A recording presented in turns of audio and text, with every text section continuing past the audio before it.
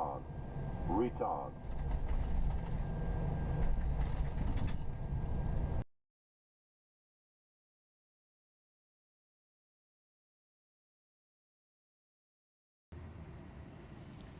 Good evening, everyone.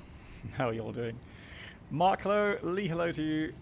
Konter Ostzug, nice to see you. Herr Fred, hello to you as well. Emil, hi. Automarker, the Flying Viking. Len, how you doing?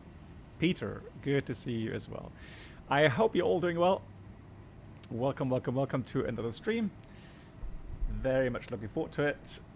And you can see we are on a beautiful aircraft today. A nice 320 Sharklet version. On our way from Auckland, New Zealand. And MCK, hello to you. And we are on our way to to Queenstown. Queenstown, obviously interesting for the approach today. We'll have a look at the beautiful weather. And Mehmet, hello to you as well. And, well, today we're going to have an abnormal. So the idea is that actually, well, we're going to do things differently today. We're going to start off now. Hopefully, I'm going to be able to do this change over time. It's not going to be perfect today. But the thing I want to change is the following. I'm going to try to have certain phases during the stream. And I'll show you the phases that I mean. So there'll be several blocks, if you like. Hey, Ivo Kistos and Mosh Mosh, hi, nice to see you. There'll be several blocks of occurrences. So the first one, what's going to happen is our ground preparation phase. So on the lower corner there, you can see green highlighted ground preparation phase. What does that mean? It means that in that phase, I am not interacting with chat. All right, so I am preparing the aircraft. I will talk about what I'm doing, you know, why I'm setting up things. I'm not answering questions though. So if you have a specific question, it's going to be up to you to put !ask and then type your question, so that I then, after I've done all my preparations and I have finished my briefing, then we'll go into the so-called ground Q&A phase. And that means before we go off blocks, I will answer all the questions that have come up to this point. All right, and I'll interact with the stream and so on. And then once that is completed, we'll push back, start the engines, which means we're then in the ground sterile phase. And this phase will remain until we hit 10,000 feet going up. And again, I'm not going to interact with chat. I am not going to answer questions in that phase. So if you have questions on the ground, this is your time. If questions come up after we push back, or when we push back and later, then you're going to have to put back your questions until we reach 10,000 feet. Then we're going to be in the normal cruise phase where we're going to be, you know, chatting, you know, whatever topics come up. If you have questions, there's enough time in cruise flight or, you know, past 10,000 feet going up. Hey, Alex. And, you know, then I've got the time, I've got the capacity to do all that. The same then applies once we are getting closer to the top of the descent. What will happen then is the following. We're going to go through the approach preparation phase. Again, I'm not going to interact with chat. I'm not going to answer questions. If you have questions, !ask, then put your question. It'll be stored. I'm going to do my normal preparation workflow. So you can monitor, you can watch my preparations. I'll do everything I need for the approach. I'll do the approach briefing. Once that's completed, I will then go into the approach Q&A phase. So if there's anything unclear that I've prepared, and if you put some questions into my question bot, then I will answer those questions. All right. And once we hit 10,000 feet below, we're going to go into the approach sterile phase. Hey, Voyager. Meaning, again, I am not going to interact with chat. I'm not going to answer questions. I'm simply flying the aircraft. I'll tell you what I'm doing. So I'm going to tell you, about my thought process. So I'm not going to be completely quiet, but I am not going to answer questions in that phase. The reason being is that I find more and more that I get so distracted in these high workload phases that I miss so many things. And it kind of annoys me, right? Because I know I can do better. It's just I can't do everything at the same time. I'm just simply not that young anymore where I can do 3 things at the same time. I just can't. So if I try, something's going to suffer. And I see what's suffering is my ability to fly the aircraft properly. So I miss so many things regarding, modes. If last stream, for example, I switched off the autopilot. I did a double click and the autopilot disengaged. I saw that disengaged, but because I did double click, it re-engaged again afterwards. And I missed that completely. So those are the kind of things that really annoy me. So that's why we're going to do these phases. The same goes, for example, when you... Oops, that's not the right setting yet. Hold on. Let's have a look. There we go. So here's the flight stick. And so, again, when I'm flying manually, right, last part of the approach, again, sterile cockpit, I'm not answering any questions. Yeah, I mean, MCK, maybe I am distracted if I see something beautiful. Like you're referring to the visual approach in Washington. I can't promise you that I'm not going to mess up when I look outside so much because of the beautiful views. But we'll see. So these are the ideas regarding the concept that I've thought about, and I know it's not going to go perfectly right from the start. I know, I'm going to probably break my own rules from time to time, but I'll try very hard to actually manage to implement those. Okay, that being said, today something else is going to be a little bit different to normal, and that is actually I am going to be first officer. So what I'm going to do, I am going to hop over to this seat here, which is completely unusual for me. And I'm already starting to sweat because this is really unusual for me. All right, so here is this, guys. So we're going to fly from Auckland to Queenstown, and we're going to have an abnormal. So I am going to be the first officer, and so I am actually not going to look this way today. Well, maybe if you guys annoy me too much, then I'll look outside the window and ignore you. Now I'm going to look a lot to this point, right? Because you, everyone here that wants to take part, that is, you are the captain today.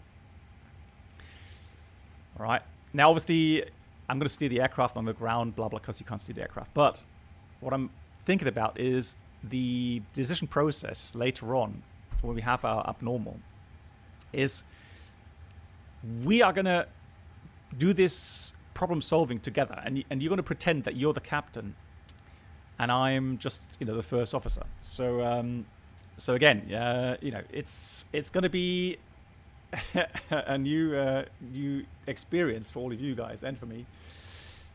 The reason is, no, I can't Peter, no, because that would mean, that flight stick that I've shown you here, that is strictly for the captain's hand. So, there are limitations, all right?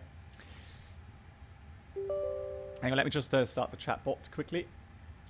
And let me start also my Sim Toolkit Pro. Is anybody flying along? Because I will be on VATSIM.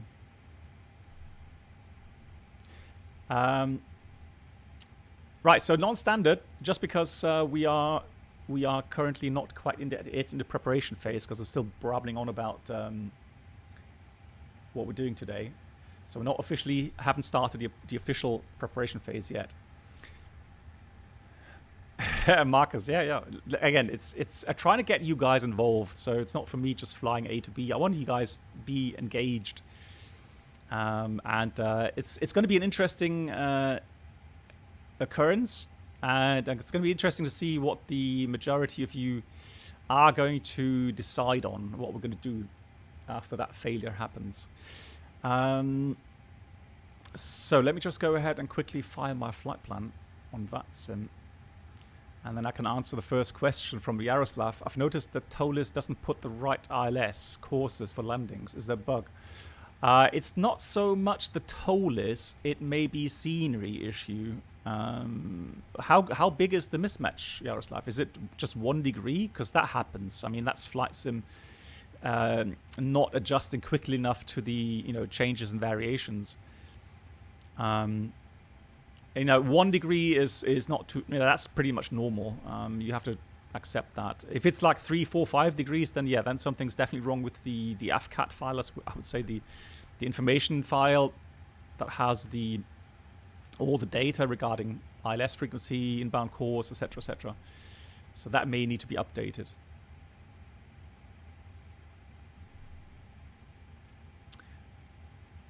Yes, thank you. So Alberta, I've read about it. I've not updated it just yet. So bear with me on that, please. Also, now if I go to the EFB, I'm going to go to the left EFB. I'm not going to reprogram all the buttons there on my joystick.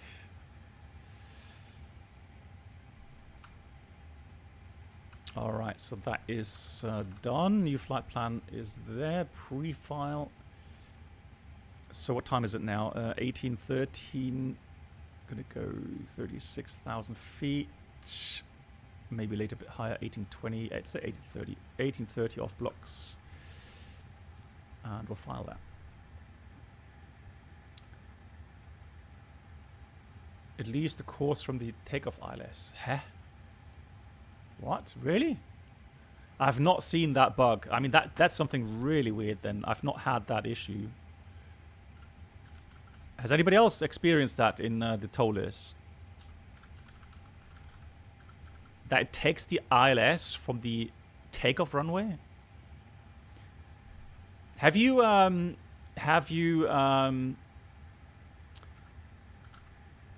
put that ILS frequency in manually? Henrik, no. The flight is done, Henrik. I'm not changing the schedule for today. Hello, black box. Sorry to say. Hey, hey, Bronald, how are you doing? Yeah, so Bronald, I'm not sure if you caught the first couple of minutes of the stream. If not, I'll go through the changes again.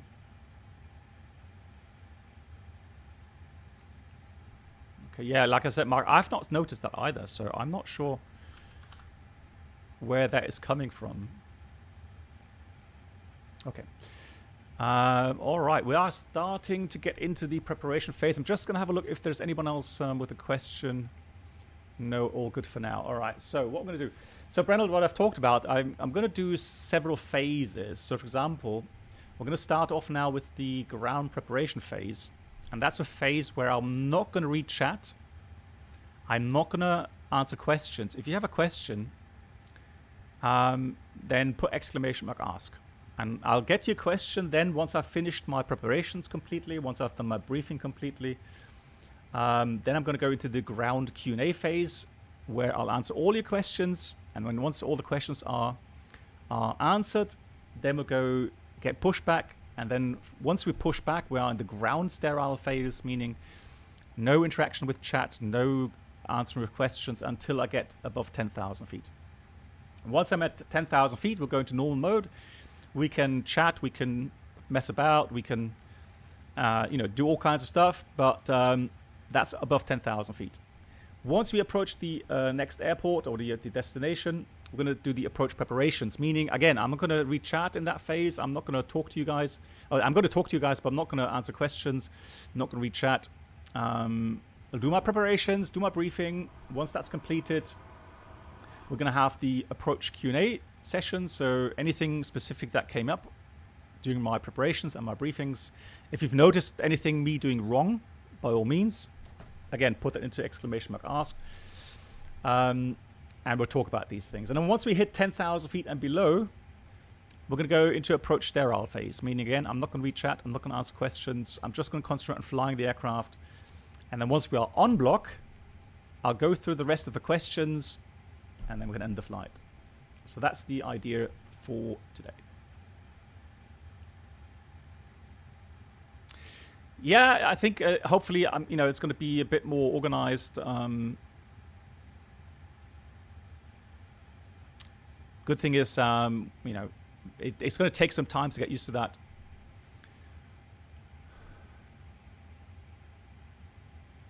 Yeah, so Yaroslav, I have not had that issue, and I'm not reading anyone else having that issue, so I'm not sure what's happening. P3D is fine. It's just Windows 11 that was an issue. Right, okay, guys. So again, these are the rules. The rules now are, if you have a question, exclamation mark ask. And then I'll get to your questions when I've done my preparations. Right, so just going to go ahead and look at the over the panel. Going to get the INS aligned here. Having at the switches here. To expedite things, I'm going to get. I'm going to do instant fueling. Right, so that's not the first day of the flight. Pretending it's going to be the second day or third flight. And then what we'll do, we're going to go into the MCVUs here. We're going to start our flight, initialize our flight. Right. Now, my dear moderators, I'm aware of the fact that this is going to put you guys on a bit more stress. You're going to have to look over the chat a bit more. And maybe if someone has a question, you know, tell them to put exclamation mark ask, and that way the questions are saved. And I will promise I'll answer all the questions you may have, but just not right now. Good. So let's do the init here. Also, let me go ahead and get my flight plan up here. So VATSIM, fly now, connect. And so we are Air New Zealand 73 Delta, ANZ 73 Delta, A320 connect. Now please, please, please, please, nobody be here.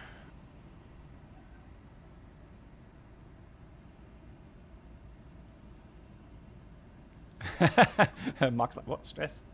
Did I miss something? All right, nobody here, fantastic, cool. Oh god, this position, oh.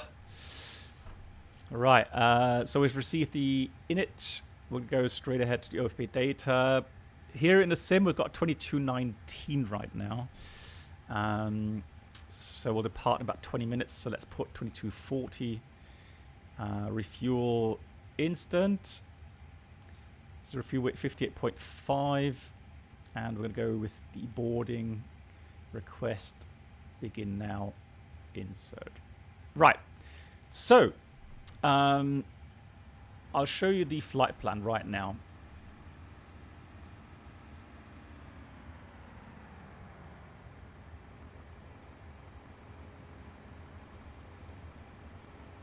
So the flight time today from Auckland to Queenstown is an hour 30 minutes. We're planning, well, initially, I guess 360, 380 may be a bit high. And then, yeah, we got Christchurch as our auto airport.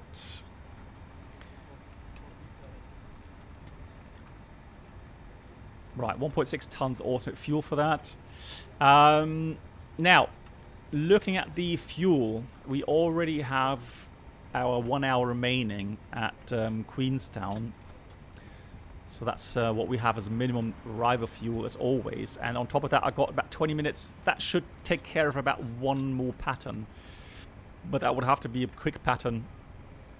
But that gives us a bit of option in case of a missed approach, which can happen quickly at Queenstown. Weather-wise is as follows. Currently, I've got some severe turbulence, but it's oceanic. We'll have a look at the map in a minute. I don't think it's going to be for us. Currently, no active METAR found. Okay, that's a bit weird. Yeah, we'll see what happens when we get there. The TAF says 030 at 5, so not much wind. Good visibility is get at 6,000. Then changing westerly later on, 10 knots. Just dial down a bit.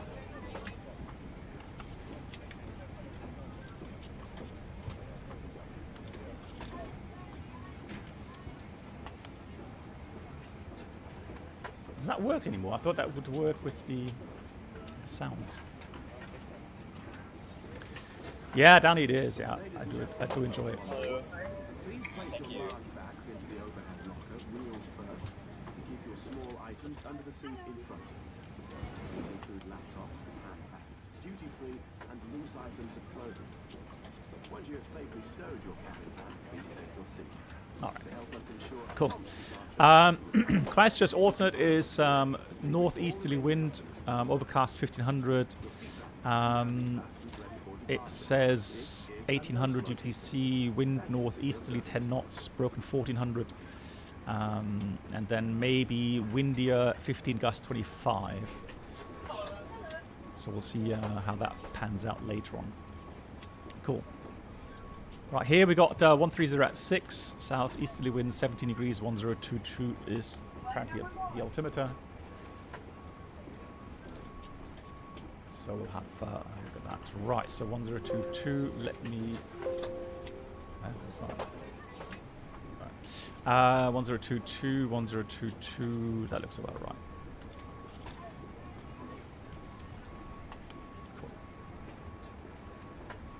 Okay, the airport is closed in real life. Okay, that's a bit weird, isn't it? Strange, right? That Auckland would be closed, Queenstown would be closed completely. How strange. All right, the OFP says we're going to be expecting a departure out of runway 05 right. Yeah, we'll have a look. Okay, cool. So let's do this. Just go ahead and pull the weather here.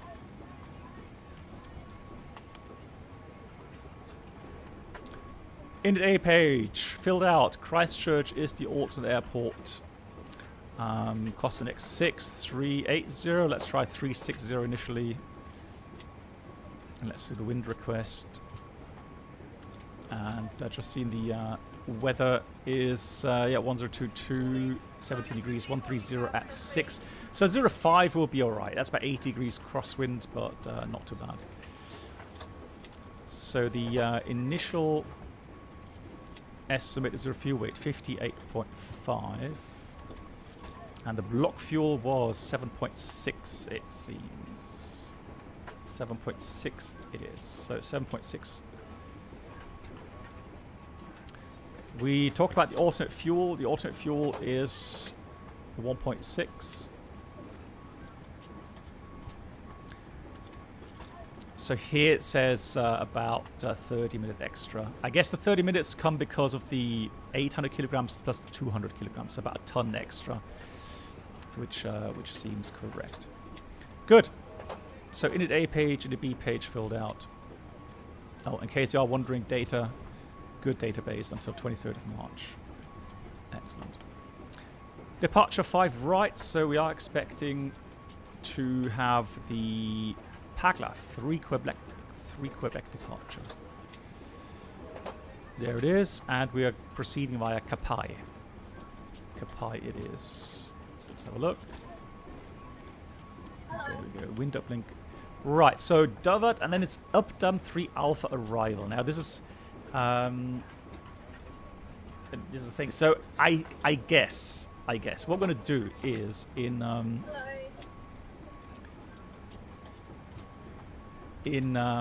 Queenstown, what we're going to do is we're going to go ahead and let me just get the airport info here. That's it. Right, approach.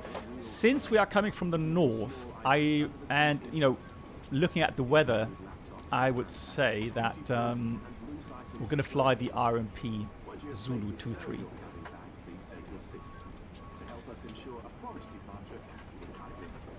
Oh, yeah, nice. So VATSIM has that. Okay, shall we try VATSIM with it then? Well, that should be inserted anyways. General options, VATSIM, weather. Right. Okay, so. Okay, so if I'm using VATSIM weather, meaning if I go to com menu, then go to data mode, and let's go weather server VATSIM. So if I now go to Atsu AOC menu weather, if I put Queenstown in here, then hopefully we're going to get some weather info. Let's have a look. So there. Oh yeah, perfect. Thank you. Who was it? Rodeo. Thank you much for that. Like, yeah, really cool. Thank you. Good point. So 040 at 6. That puts it for the approach. Let's have a look. We can use both runways in that case. I'm a bit unsure. I mean, we could also do this one here. We could do the RMP Zulu 05. Okay, well, we'll do the normal preparations as always. So, so the only one that really allows us a straight in approach and gets us to the right minima, so without having to do another circle here. So I think this one will be the one that's flown normally. I'm going to RNF05 Zulu, so I'm going to do that. So hello everyone that just joined. Sorry that I'm a bit quiet regarding chat.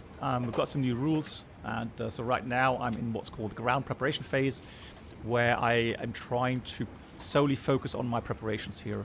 And if you do have questions, put exclamation mark ask and your question, and that way your questions are saved, and I can come back to them once we've finished all the preparations. I've done my briefing, then we'll go and go into the Q&A phase before we push back. Good. So the arrival is, it says Updam 3 Alpha. Now that does not necessarily mean that's correct. Let's have a look. Oh, actually, that brings us to Ibabu, and if I'm not completely mistaken, if I go approach there, yeah, no, that's perfect. So that will give us exactly the right arrival. So Updam 3 Alpha arrival, and then approach via. Let's have a look. Approach via Ibadu. Insert. Let's have a look. Yeah, that should be the right one. So we're coming. Oh, because now I get it. So yeah, Dorvot. Yeah, so that's what it asked me regarding the arrival. So let's go and go via Dorvot here as well. So we've got the RNF Zulu 05 via the Updam 3 Alpha, transition Dorvot, and then the approach will take place via Ibabu. So that should now complete our routing there. So that's let's have a look. So we got Dorvot, Popon, Updam, Lapit, Avga, and then Ibabu. Perfect. Right, and then we'll have the approach here. Crew rest. Hello, everyone. Perfect. Right, in the A page, in the B page, flight plan page filled out. Ratnaf. So for our departure route, which is the Pargla 3 Quebec runway 05 right. Let's have a look. It's weird that it says 5 right. Is that grass runway somewhere, or was that a new? They're building a new runway maybe on there, but I don't know. So that's 5 right. Okay, 5 right it is. So initial track 051 to Atcombe, cross Atcombe at above 3,000 feet at max speed 210. We can do that, no problem whatsoever. Then turn right track 141 to Matvi, then V0. So Matvi actually 6,000 above. It actually has a problem reaching that. So we're going to have to monitor that that restriction. So that's why it's currently in orange, not magenta. So yeah, that's something to monitor. Turn right again to V0 and then to Parkla. Parkla is an overfly waypoint, max to 10 until the turn is complete. So max to 10 until we're past Matvi. Parkla. From Parkla, we have a transition. It says via Kapai from Parkla, track 231 to 10,000 feet. Kind of weird, isn't it? 231 to 10,000 feet. And then we go direct to Kapai. I would think that's probably airspace or noise abatement, whatever. Kind of weird to define such a point. But there we go. That's how it's programmed correctly in the FMS. That's valid.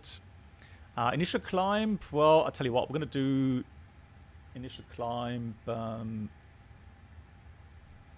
12,000, transition 13,000, so let's do 12,000 here. That sounds reasonable. So 13,000 is correct. Right, diff rips. So we go to performance, actually RATNAV. RATNAV, anything was an ARD departure. So no need to set anything here, so leave that open. Performance, we come to takeoff performance, November, Zulu, Alpha, Alpha, 5 right. Oh, Alpha 10, there's got intersection infos. Let's have a look. Anything that makes sense? Yeah, so Alpha 10 does make sense because it looks like that part is not connected yet. Maybe it is in real life, I'm not sure, but right now in the sim, probably not. So Alpha 10 looks like a good departure point because otherwise we'll have to backtrack for the full length. So, all right, let's do that. So we're going to take New Zealand Alpha 10. I'm going to add 1 more degree here, just in case it does get warmer. Decrease QNH by 1. Right, dry runway, it seems. We'll do optimum config, flex, anti-ice, 17 degrees not required, air conditioning on. 65.9. Looks about right. Well, actually, let's do that. So let's calculate that.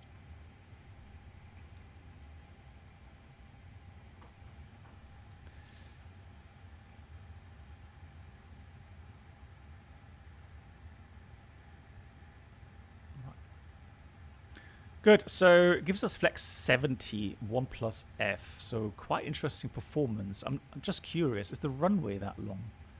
Oh yeah, 3,500 meters. Yeah, that's definitely a long runway. Good. So we'll take those values. So it's flex 70, got flaps 1 takeoff. Trim is going to be down 0.8. Speeds 139, 139, 141. We have 831 meters stop range. Also very nice. So very, very good performance values there. Let's go here. So it says NADP 2. 1030, 1030.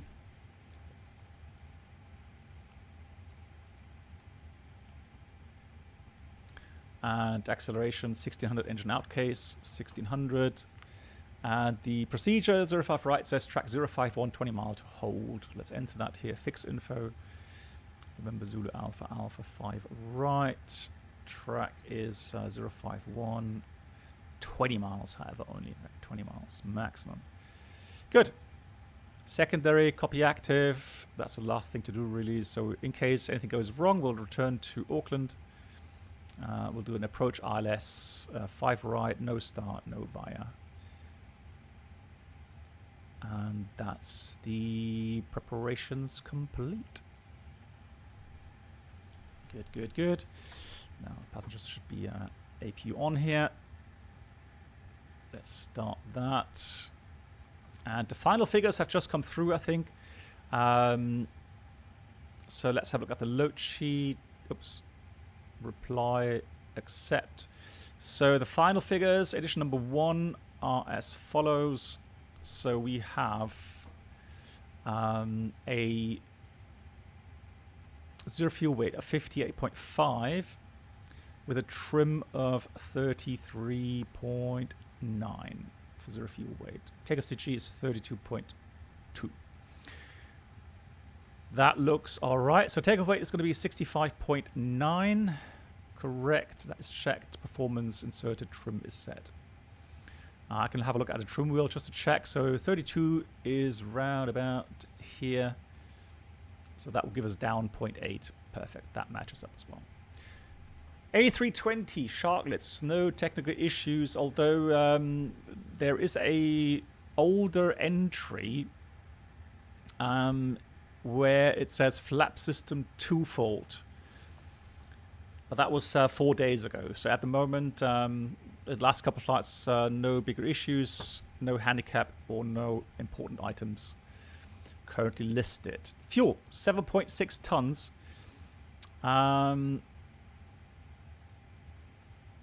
Symmetrically supplied. That gives a bit of extra fuel, and we said it's going to be about 20-25 minutes, about 20 minutes, let's say. Takeoff weight is 66 tons almost, so 65.9. We calculated intersection alpha 10. Make sure I don't tell you guys anything silly. Let's just check the chart again.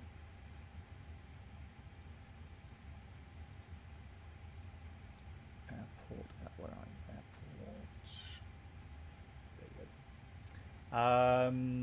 Yeah, alpha 10 it is, intersection takeoff, and the shift, I forgot the shift. Shift from that point is 393.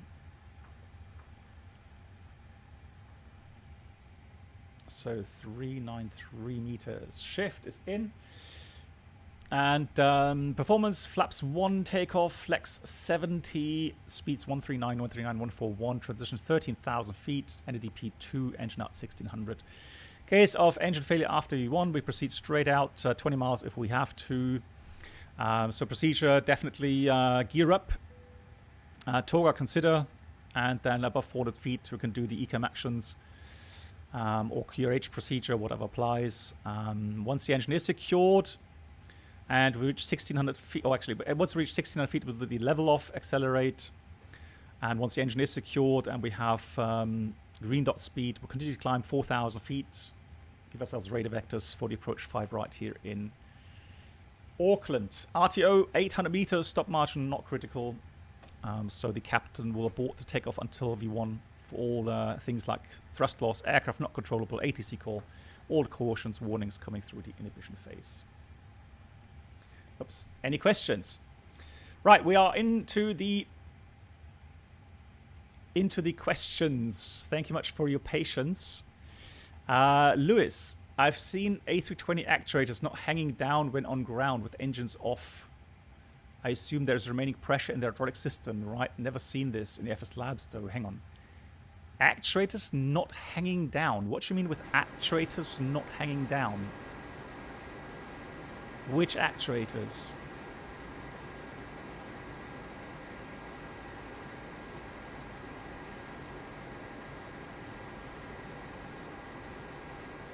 Let me see what Lewis. I've seen actuators. Yeah, so Lilo Pilot, the Mad Dog video was recorded in replay mode. That's why the flight model looks bad.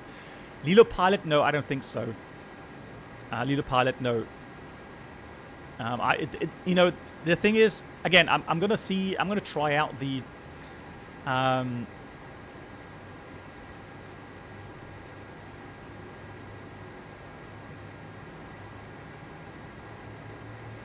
We're gonna, see how the flight model really is. But to be honest, right now, what I've seen, the jerky movements, it's so typical for the normal Microsoft flight models.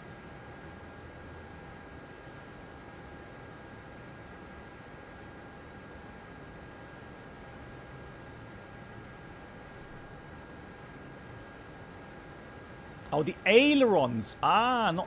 Well, actuators for me is. Sorry for the laggy stream there. That's a bit Why is that so laggy on the stream window? So you mean these? The aileron droop right now. Yeah, so yeah, now that they are not powered, same for the elevators, they will be hanging down, yeah. Yeah, and if you were wondering which supplies which, so if you go to flight controls, for example, you will see that as soon as you either get green or blue system pressure, the ailerons will then return to neutral, i.e. when engine 2 starts up, you're going to get, when engine 1 starts up, you're going to get green pressure. When the electric generator takes over, you're going to have blue system pressure. Again, they will go to neutral. And for the elevators, it doesn't matter, whatever. So yellow, so engine 2 starting up, you will see the right elevator coming up. And then once the blue system gets pressurized, you'll have the left one come up as well. And then once you start engine 1, you'll have the green system as well.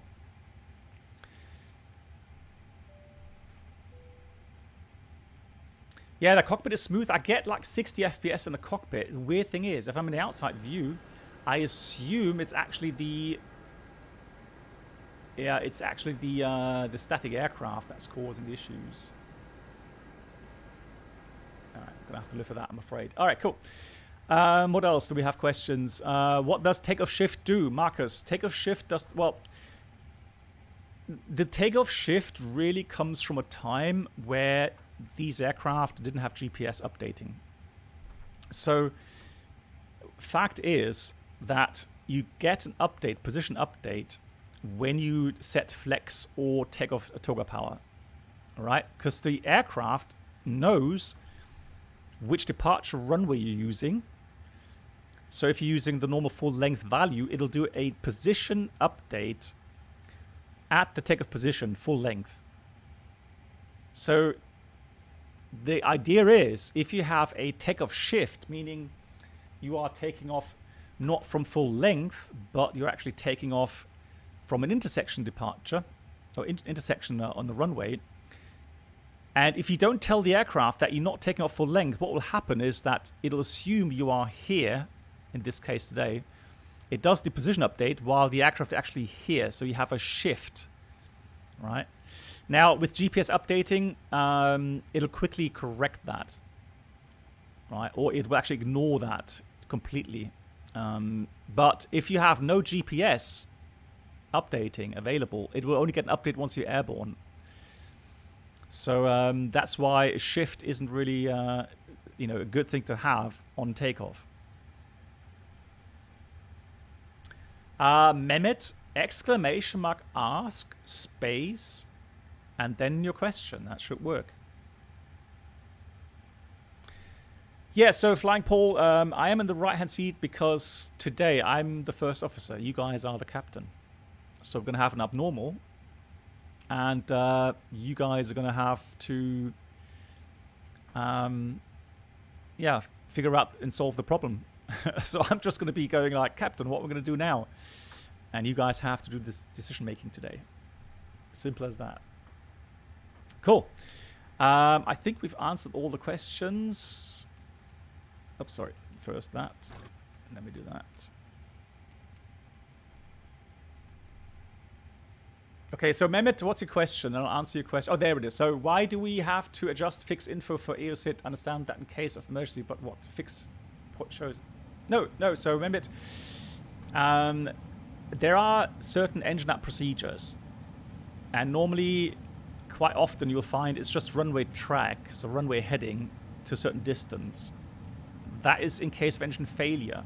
That makes sure that you have all the obstacle clearance in case you have an engine failure and you can't climb as good as with two engines. There are different airports where you have a special procedure. So, for example, let's go Samos would be one of those airports. And there you have a different procedure, right? Depending on the departure runway, you have 5 miles Sierra Mike Oscar, then right turn track 185 to 10 miles, blah, blah, blah. And if that's the case, in the case of engine failure, you would also draw that in to have a visual cue, right? That's all I'm doing. It has nothing to do with you know, normal navigation. It's just a helper, a helpline, so I can then go pull heading, select runway track, and I can just follow that blue dashed line. And the aircraft will not turn right, because here's the thing: I don't know if I have an engine failure, and at 5 miles I'll turn right, and single engine. I don't know how much I can climb. And there may be obstacles there, so the normal departure routes assume you have both engines running, right? So that's why you have an engine out procedure that you follow in case of engine failure. Good. I think that's all the questions done, right? Cool. So we're going to go and be now in the pushback phase, meaning from now on until we hit 10,000 feet, I am going to just concentrate on flying the aircraft. Right, so let's see the rest of the items. There's no center here, so we're going to squawk 2000. TCAS goes to above. Doors closed. Let's have a look. Let's close also the... Hopefully I have announcements here for the Air New Zealand. Good. Before start checklist, cock prep completed. Signs. On and auto, fuel quantity 7,580 kilograms. Altimeter 1022, check 3 times at 30 feet. Down to the line. Windows, doors, closed. Beacon is on. Thrust levers, idle, and a park brake is on. Before start checklist completed. To ensure that all transmitting capabilities, including Bluetooth and Wi-Fi, are off at all times. So large electronic devices such as laptops need an overhead locker or opening the seat in front for departure. Flight attendants, check the doors closed. Yeah, Danny, me too. The scenery is nice. Love it. Hello, Captain. We are ready for pushback. Good afternoon, ladies and gentlemen. My name is Callum. I'm the flight service manager. I'm here on behalf of the Auckland based crew. Oh, it's preparation with A, yeah. Sorry, yeah, I'll fix that typo tomorrow. Locking gear. Yeah, thank you. Thanks.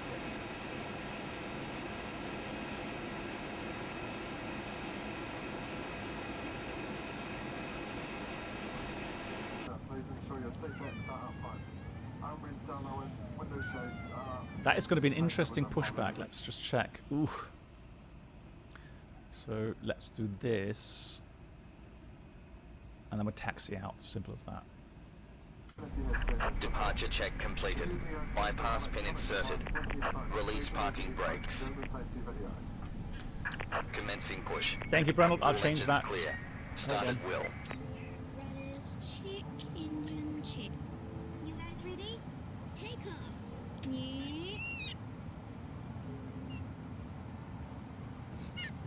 Are you lost, little guy? What is that announcement? Yeah, he needs a safe place to live. Well, New Zealand's wildlife is super important to us. We fly thousands of native birds to sanctuaries all over the country with our friends from the Department of Conservation. But Mr. T doesn't know how to fly. In that case, we're going to need your help. Come on, Mr. T. You ready?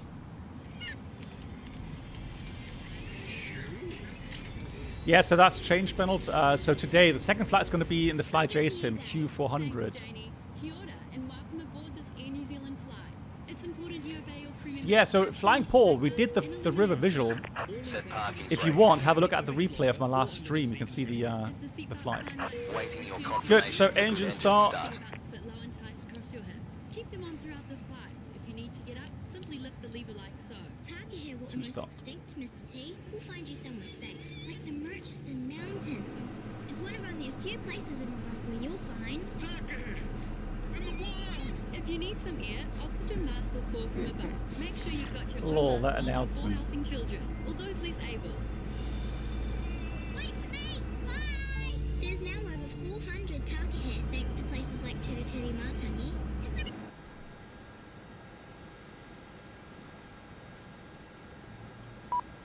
An easy reach. We've got life jackets for all sizes. Oh yeah, IE engines, by the way. I forgot to mention that. If we need to evacuate the aircraft, emergency escape path lighting will show you the way to the exit. What about Sanctuary Mountain, Maunga Totiri? Mr. T, where are Smoking is not allowed anywhere on this flight, including the lavatories. Using and charging e-cigarettes is also prohibited. Lightweight handheld electronic devices can be used at any time, but must be switched to flight mode first. Stow larger items in the overhead locker or in a bag underneath the seat in front. If you lose your device in the seat, please call your flight attendant for help. For more information, have a look at the safety card in the seat pocket in front of you. Good, engine start available. Number 2, no, engine number 1 start. Kia ora, Jamie. We can't wait for Mr. T to meet his new whānau. Agent B, hey. To all our passengers, feathered and Okay, women, yeah, out of thanks Russia. for flying Okay, Air New HB. Zealand. Let's keep working together to protect. Don't worry. you So from H and B, I hope we get everything sorted out. Yeah, the important thing is that you're safe, B.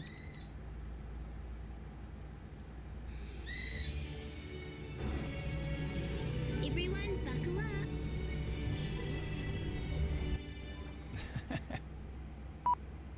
All right. Let me have a look. So does that work here as well?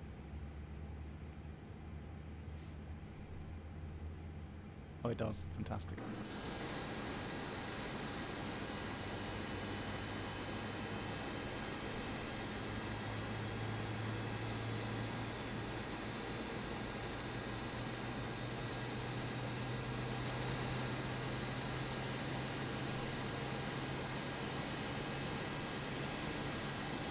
Unlocking gear.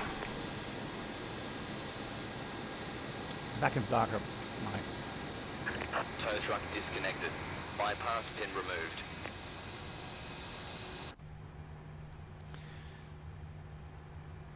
Right. The thing is, I can see already a little problem with the stream. So if it goes below 60 FPS, so if it's 60 FPS, it's nice and smooth. If it drops below, then it's going to be a bit laggy on stream. So gonna have to change that. Right, after start flows. Left is clear. Right is clear. Thank you much.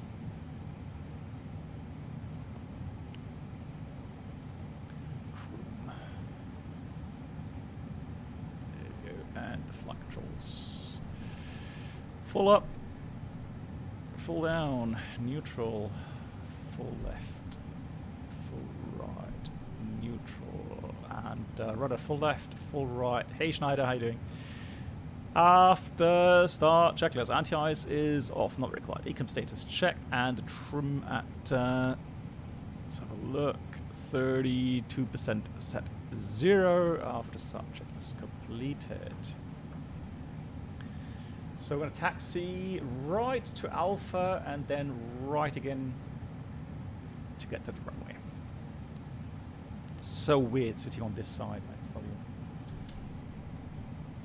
Right, side clear. Side clear. All good. Right, brake check. Brakes are working.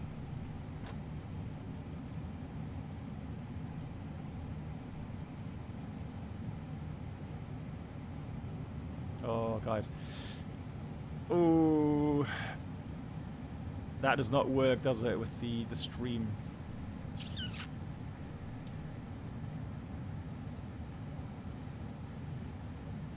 So it's all right as long as I have 60 FPS. It's all fine. It's really smooth. It's just when it goes below 60 FPS. The problem is I set the recording also to 60 FPS instead of 30.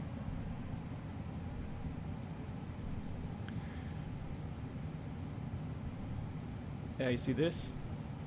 So it's like 55 FPS I have. Ooh, right. Guys, I'm quickly going to stop here. I'm going to change the settings. So let me have a look if I can do it this way or if I have to. Right, no, I need to go quickly stop the stream. Right. So let me see. Hope you guys can see the stream again.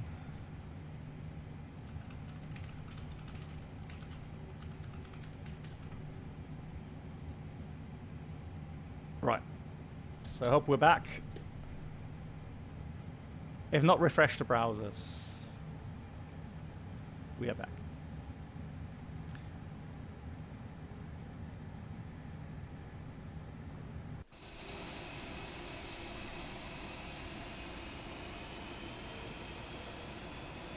Still a bit laggy, isn't it?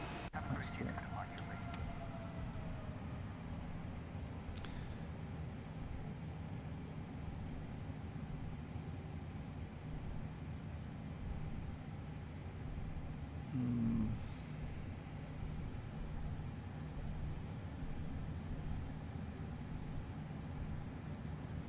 It seems like when I go into the looking right or left, it starts to stutter.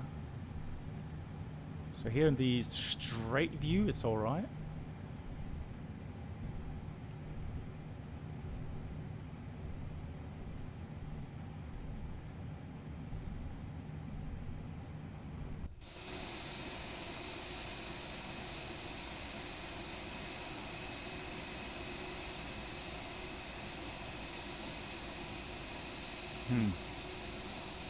That's so strange. Why is it so laggy?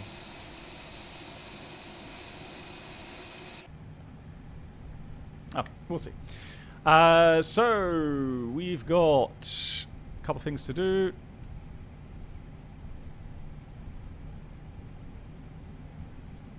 Cabin is ready. Before takeoff checklist. Flight controls checked. Cockpit prep. No, not cockpit prep. Just testing.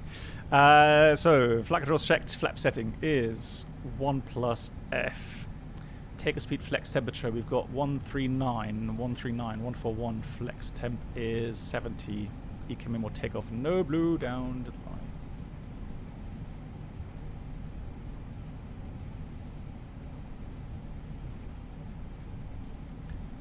Yeah, that's a really good website. Yeah, the smartcockpit.com. Yeah, I agree.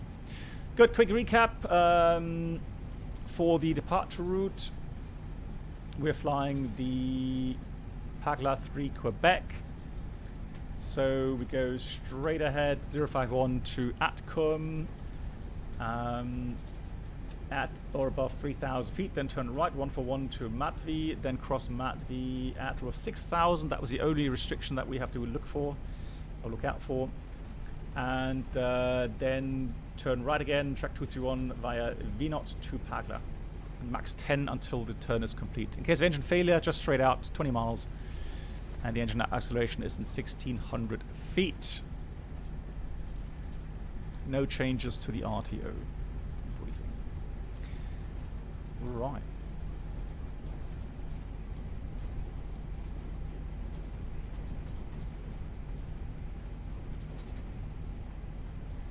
Yeah, I can't, guys, I can't simulate everything from the first officer seat. I mean, I'm sure that other streamers that stream as a first officer have the same thing, so. Right, here's Alpha 10, so you can see the taxiway is not completed yet, so we need to do the intersection departure here, which we can do, absolutely no issue whatsoever. Hey, solar wings. Good. Below the line, takeoff runway is 05 right, Alpha 10. Packs are on engines. And that's the before takeoff checklist completed. Approach sector, Captain is clear. Strobes going on. All lights going on. Cabin crew, prepare for departure. Prepare for departure. I'll take actually no, I'll take weather. Captain takes terrain. I'll take weather radar. And then I'll look. Cool.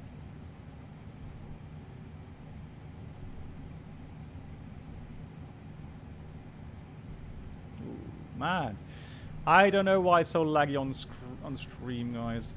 I want to do one more thing. Sorry if I have to restart again, but that's just so laggy. I'm going to quickly restart OBS. So in about 20 seconds, restart or refresh your browser, please.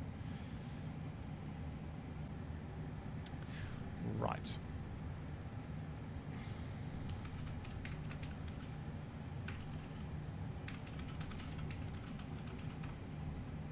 So we should be live again. Just checking here as well.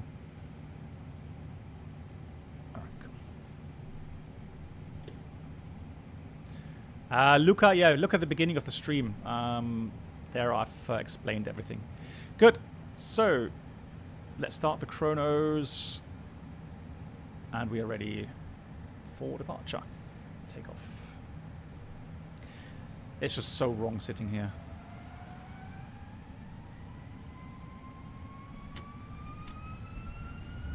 Manflex 70 SAS runway, order for us blue. I'm looking at the wrong long displays here. Good lord. Take a frost set. Oh, this feels so weird. If anything goes wrong, I'll blame you guys. It's your fault. 100 knots.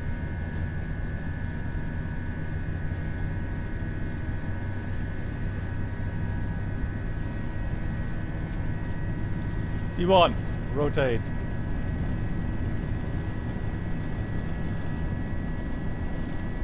Pause the clock. Gear up. Yeah, that's smoother, isn't it? A little bit.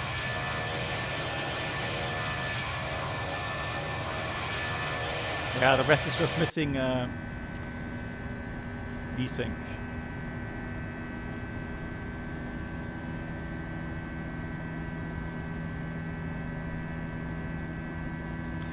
So again, this is the restriction we have to worry about. So I'm going to go thrust, climb, climb, out blue, auto thrust, autopilot 1 is on. I am going to go and put the speed at 190 something here, selected at S speed,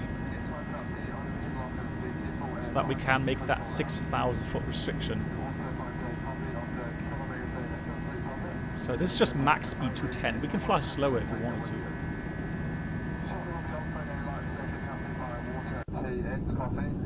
Today's choices of snacks are the truffle chocolate cookie or the salsa corn. Yeah, it is a bit better now with the stream. Yeah. Coffee and water, and the two snack options of the truffle chocolate cookie or the salsa corn chips.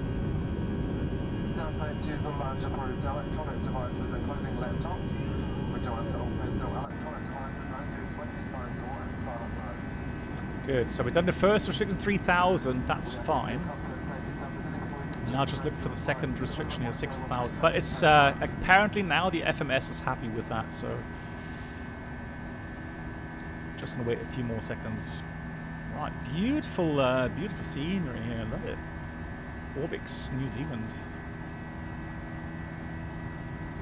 Also, I think the clouds have improved. So these are the enhanced atmospheric clouds. They have improved from last time. Right, yeah, we can do that now. Speed is managed.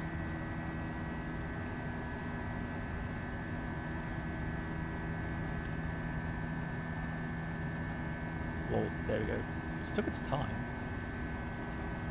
The FO has better views. Yeah, it doesn't happen often. But today, I agree. Today is much better.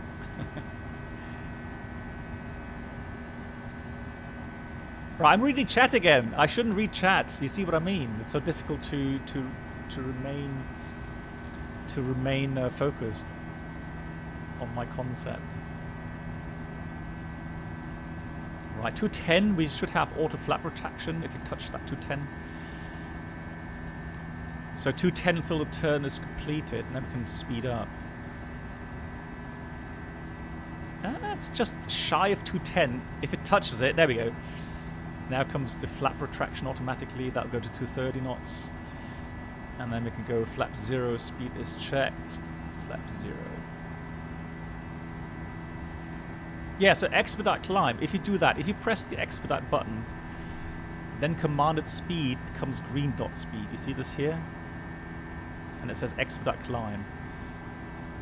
But that is really violent, so I don't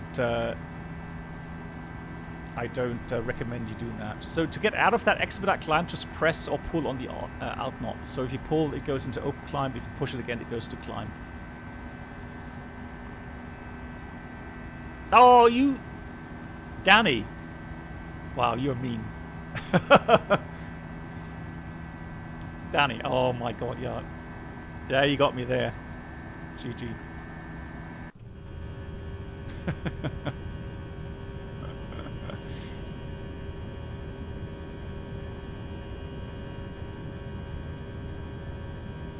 Hey, Mr. Ted Barker, good evening to you. Greetings from New Zealand. We just departed from Auckland here.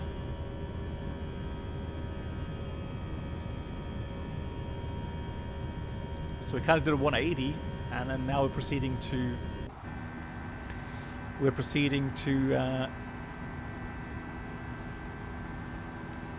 Queenstown. Right, we've still got some clouds. It may be a bit bumpy. Temperature currently plus 17, so there's no need for engine anti-ice. But I am going to leave the seatbelts fastened for now. We can do the rest of the items. RatNav, there's nothing there, but the fixed info, for example, we'll clear out this, and then secondary copy active again. And there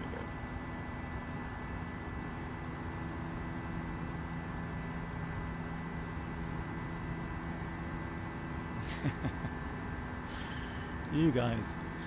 Good, 12,000 feet, reaching. Let's continue climb. What was it 360? So we've got 36,000 out blue. Progress. Yeah, actually that's optimum, right? Pro pilot here. As I knew it was going to be 360. I know my Airbus. Hey, Sharon, greetings. Right, cool. So we can go above 10,000 feet, so we can go into normal flight mode now. I am going to answer some questions. Where does the training captain usually sit? Tango Whiskey simulations, that depends who's being trained.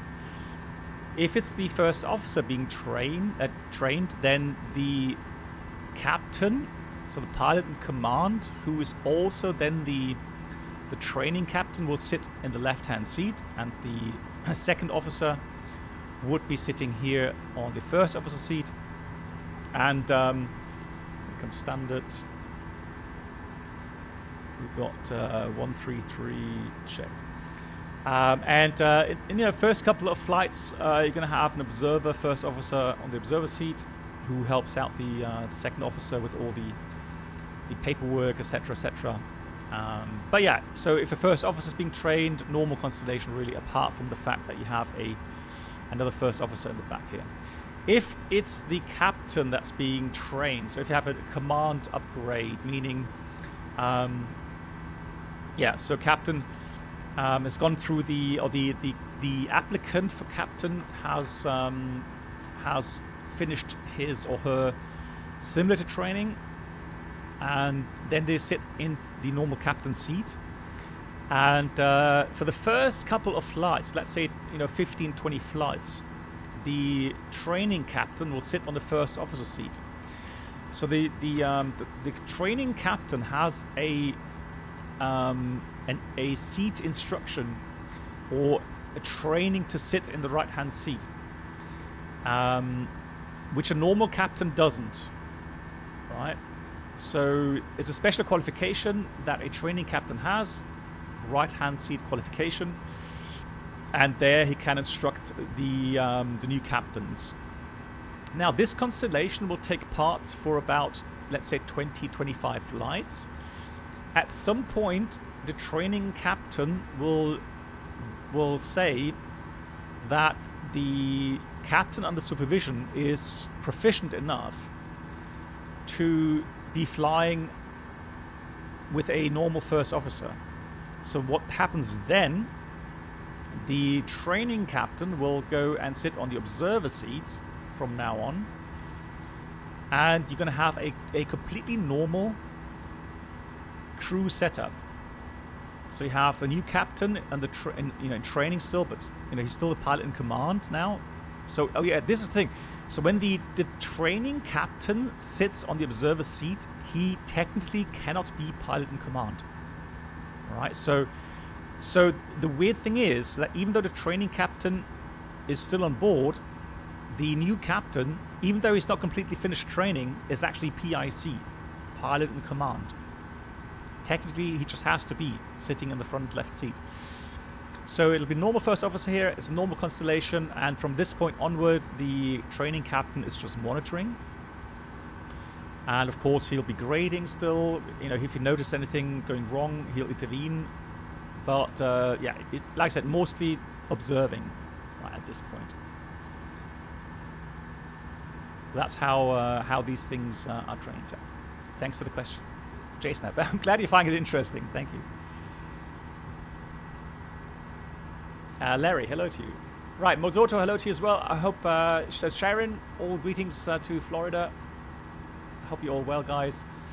And Ted, I hope you're doing good as well. Ted, when are we doing our Felis 747-200 flight? It doesn't have to be online. You can do it offline as well. I'm free until the 19th, so pick your day. DK, how you doing?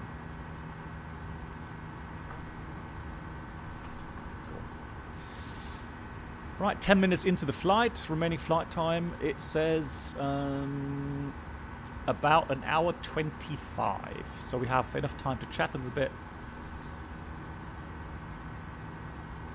Ted has left the chat. Right. No, he's not. No, he's not.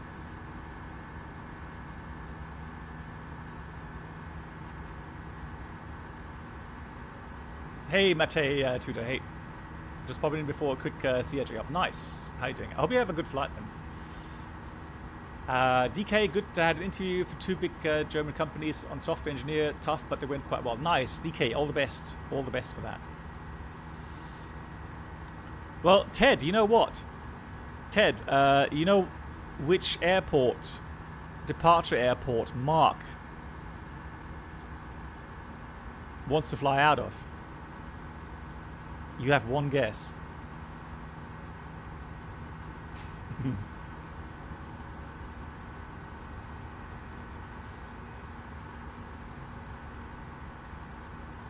No. No, no, actually not Ted, no. Exactly, he said Nice. Lol. That made me laugh so hard.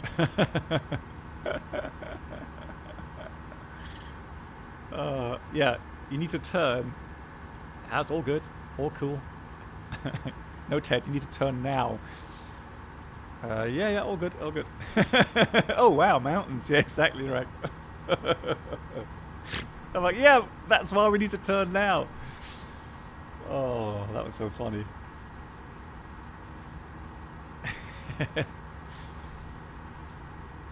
Yeah, so we don't need to go out of Nice, no. So you can choose a nice routing as well. Yeah, we could try that. Would love that. Good.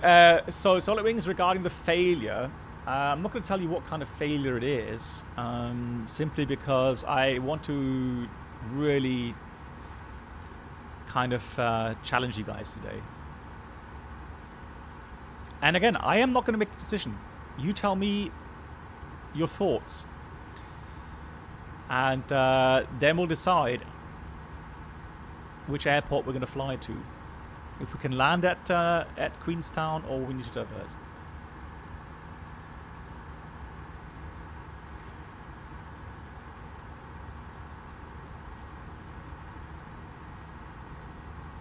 Oh, that reminds me. Hang on. Where's my USB? Hang on.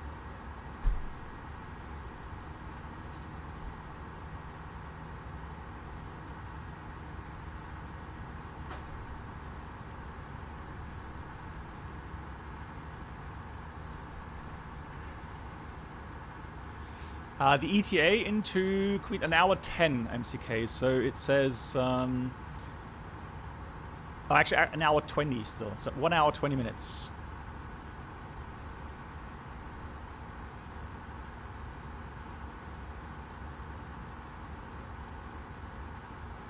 And top bar says for an hour 10, but it's an hour 20. No, it's not. Who said it's a mountain airport? No. Nice is by the seaside, but there are high mountains around, so. MCK, excellent. Right, so later on, when we get the failure, guys, the handling of the abnormal is one thing. And I'll help you, of course, regarding system knowledge and so on. So we'll do the procedure, but there may be some important decisions having to be made quickly. All right, so we'll interact and then we try to get to a good solution. Now, the thing is this. The landing performance calculator here will not give us any sensible values. All right, so what I'll do, I'm going to calculate the landing performance with my real world calculator.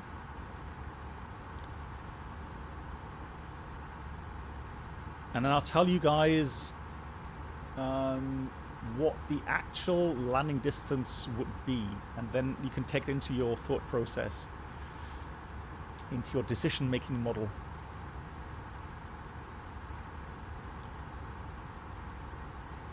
Right. As I was warning, if we do divert, and if you guys decide that we need to divert, we'll divert. I don't have a scenery installed for Christchurch, however, it doesn't really matter, really. That's not the point here.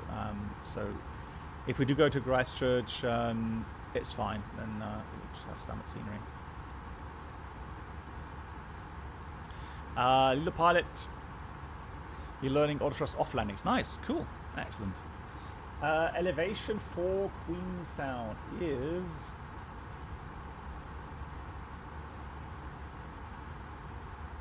1,200 feet, so we'll take that value there. We'll take the light and variable. Now I know what's going to happen, so I can calculate it already. I'm not going to tell you though. I'm just going to get one more weather info. That's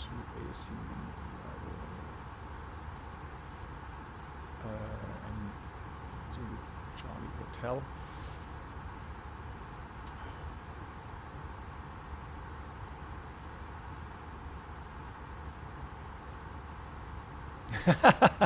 Autothrust off ban.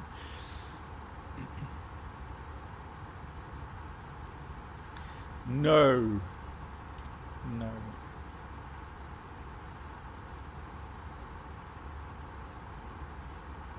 So let's have a look here for Queenstown. It's 040 at 5. Well, actually, that's wind calm then, actually. Temperature's 10. Temperature is a QNH 1022. And the clouds, 50 kilometer visibility. Nice. Few 6,000. No engine anti-ice then. The landing weight is going to be, so we're 64.5 right now at max landing weight. So we will burn another 2.5 tons. So we expect the landing weight around 62 tons then. Man, I'm so good at maths. I scare myself sometimes. Alright, so failure set. No, not at all, MCK. No, I'm just going to give you the facts. Right. I'm just going to give you the facts. So one of the facts is, so if you go into your decision-making model, obviously, you have to collect facts first of all. And so fact is, for example, you have a certain problem, right? Then another fact is, you're going to have to do, I don't know, config 3 landing or config full landing or whatever. And then a fact is a certain land distance requirement, right? That's a fact. No, that was from Queenstown. Hang on. No. Look, that's Queenstown. I was quoting Queenstown. That's Christchurch. That's Queenstown. So, right, failures. Let's have a look.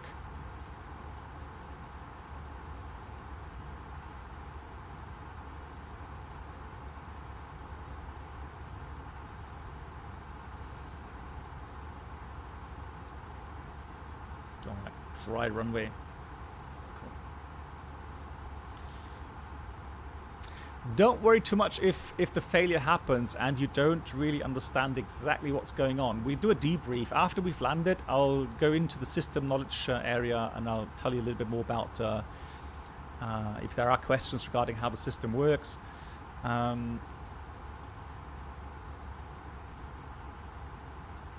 For the abnormal, is it same as for last one? No, Solomons, no. Approach is like a visual part of the approach, don't like a big shallow arc in 2 lines with a sharp turn. No. So, I mean, the thing is this. You have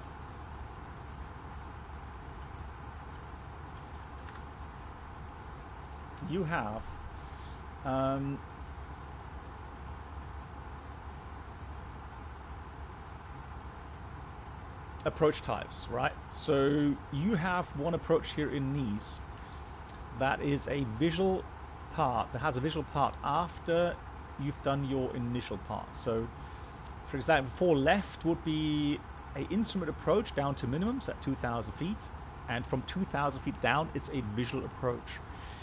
Visual approach means if you wanted to, you could go shortcut as much as you like, as long as you think you're kind of stable at your SOP limitations, or within your limitations of your SOPs. You don't have to strictly follow these paths. I mean, it shows you, like, I know you're referring to this kind of angle. Now you can kind of do a nice round intercept. You don't have to do an overshoot and it's fine. It's just a visual depiction. Right, so it's telling you that you have to stay away from this area. So this is the important thing, because that's really noise sensitive. So stay away from this area, but you can shortcut and do kind of a nice round intercept there. Some airlines have stable criteria for visual approach at 500 feet. So you have to have the runway alignment. Well, actually, the runway alignment can be a bit later. 500 feet sometimes is for airlines, like I think EasyJet does it, where they can delay the flap settings, etc., until 500 feet, while normally it'll be 1,000 feet, and the final alignment has to be finished at 500 feet unless the procedure doesn't work that way. So sometimes there's a procedure where you would be a bit lower for the final turn.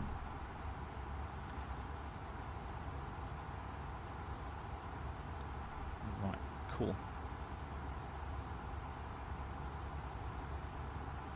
Okay, so I've got the info for myself.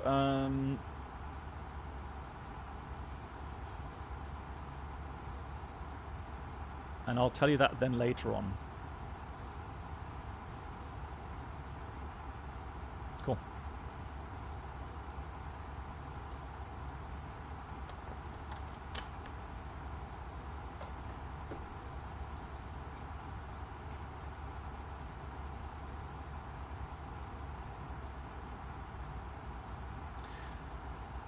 Well, MCK, like I said, normally there's different airlines, different SOPs.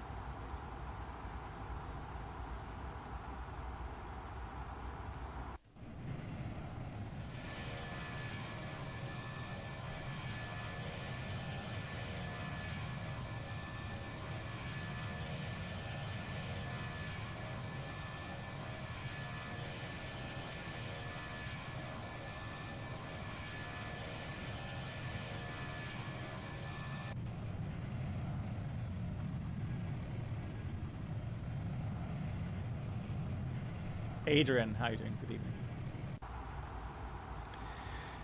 We can do our first fuel check, I think, at Lakar. No, we can't. It doesn't have one. Doesn't have one on the routing. So 2.6 plus our 800. So 3.4 is the minimum fuel. Hello. We got 3.5.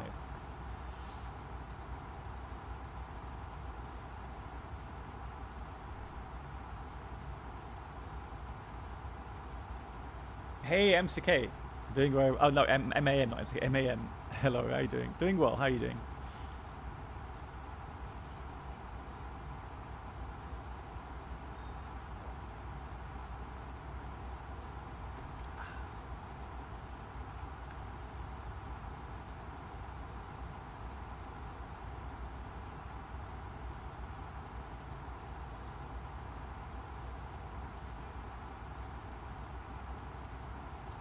I am going to fetch myself a cup of coffee in a minute.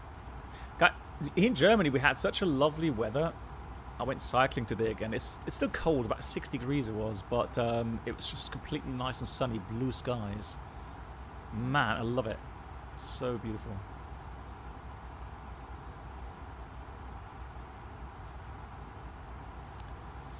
How's the A320 still up? Yeah.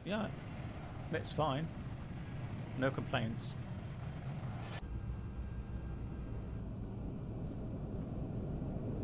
It's a shame that we have a closed cloud layer. Same as the UK. Lovely. Lovely, lovely, lovely.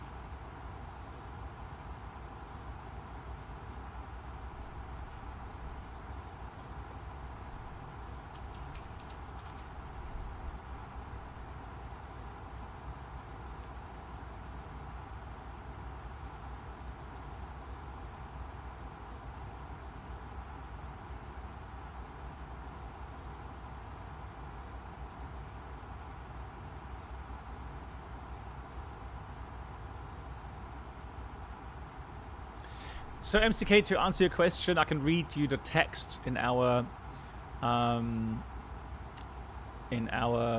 company rules and procedures. It says, runway alignment must be accomplished not later than 500 feet above threshold elevation. However, where certain type of approaches, for example non-precision, sidestep, etc., necessitate alignment turns below 500 feet, it is essential that special attention is given to the bank angle. That's all it says. It doesn't say 400 feet or... Normally it's 500. If it's lower because of circling approach, for example, you just have to be aware of your bank angle.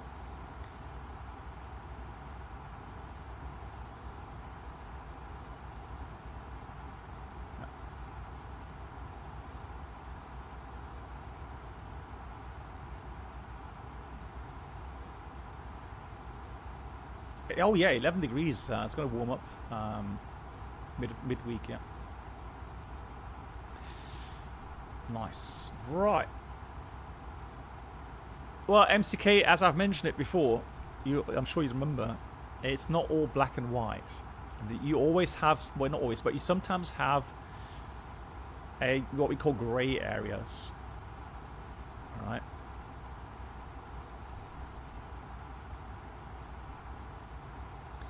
There is a MCK, but there is one rule again regarding swing over. So a sidestep approach that's on a approach chart is different to what we call a normal swing over from one runway to a parallel runway. So the swing over can only be accepted if the landing runway is clearly visible, and it can be assured that the airplane will be aligned on center line and fully established not later than 500 feet above threshold elevation. But note, so here we come again into the gray area. Note, an approach in gusty conditions may be continued when airspeed and descent rate fluctuations exceed the stabilized approach criteria if the excursions are brief in duration and in the judgment of the flight crew it is safe to continue. Now define brief. What's brief? You see what I mean with gray areas? It doesn't say 1 second, 2 seconds, 3 seconds. It says brief. Well, how do you interpret brief? How many seconds is brief? Right, so that's what I'm trying to get across. It's not all black and white, which is good because it gives you some ability to be flexible to a certain point, obviously.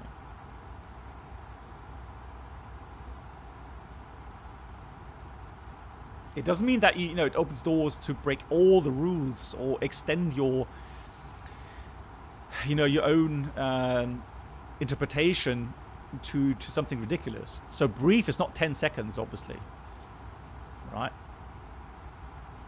But I would say brief in some gusty wind conditions, 21, 22, 23.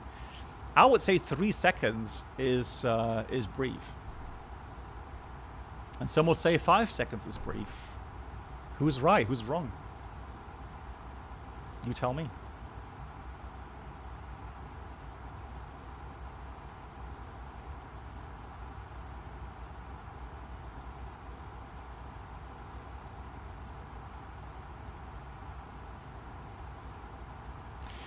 Well, the problem is, MCK, if you make it black and white, then the problem is that there are certain approaches where you're just going to have to go around every time because you cannot fly and land according to these really strict rules. In the end, DK, that's what it comes down to, yeah. In the end, If you find yourself in front of a court of law, in front of a judge, then yeah, I mean, who knows?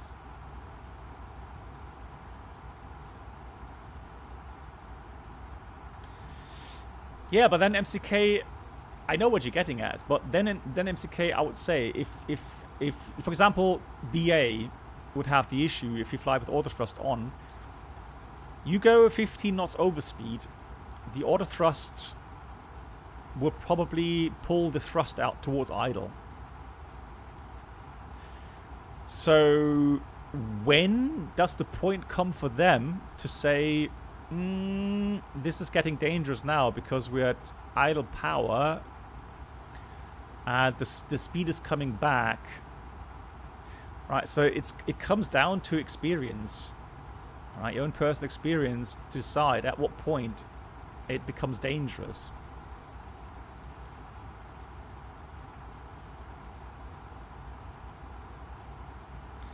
Yeah, so I know that there are some pilots out there, and I've heard it from training debriefs and so on, that there is obviously pilots that really want to make sure everything's according to the book and everything's like black and white, which doesn't happen in real life. There's so many different situations that you're going to come across where you have to, maybe just go outside of the rules if you deem it to be safer than the other option that you have.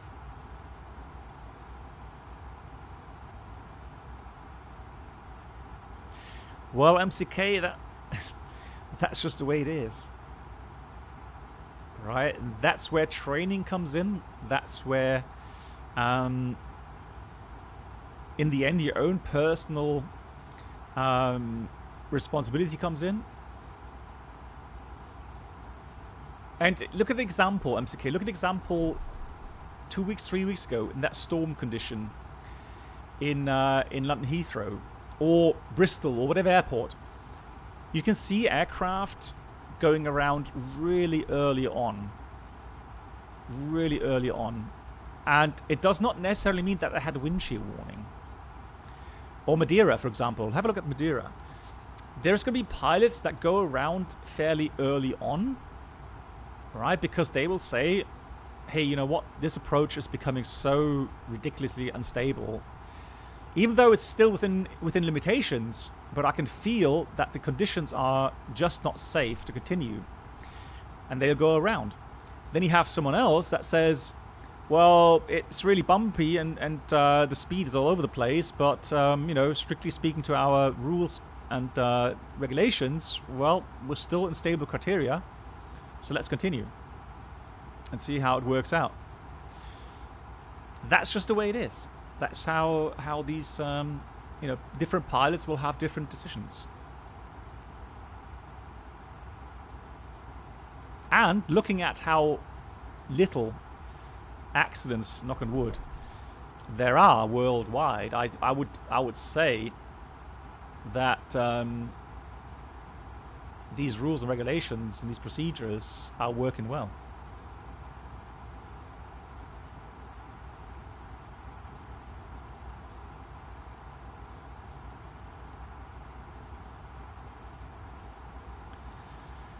Well, Swiss Tony, the question always is, who's flying who? Is the autopilot flying the plane or the pilots, or are the pilots, even though the autopilot is engaged, are the pilots still in charge?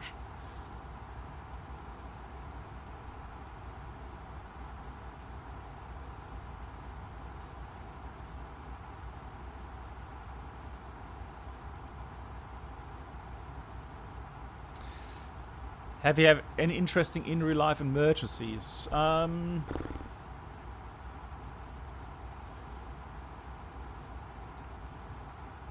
Well, I mean, we've had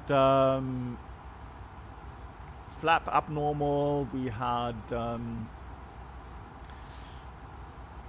I had long time ago a unsafe gear indication, which we solved quickly though by recycling the landing gear.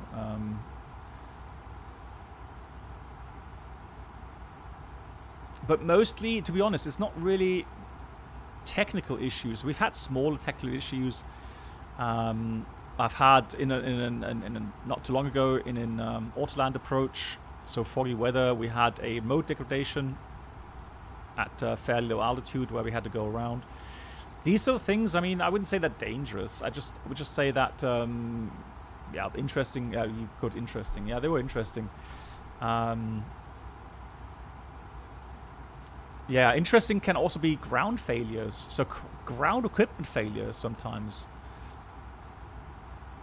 All right, let's say approach light systems fail, or I don't know, antennas fail, glide slope antenna suddenly fails, and yeah, you got to rework your minimas, etc., etc. Those kind of things, you know, they can be challenging because sometimes you have a time issue. And you know, while we try to avoid a diversion as much as possible, but at some point, if you can't get to a solution quickly enough to land safely at your destination airport, then you have to divert. That was due to a radial altimeter failure. So one of the radial altimeters only failed for like a split second, but it was long enough to cause that downgrade and a triple click.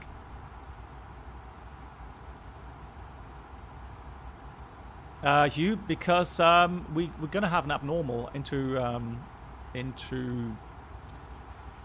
Queenstown, and I want you guys to tell me what to do. Right, so I'll be asking a question. I'm going to say, Captain, what do we do now? And hopefully you guys will say something else apart from panic. I know somebody's going to type panic, but there's also going to be some sensible people that...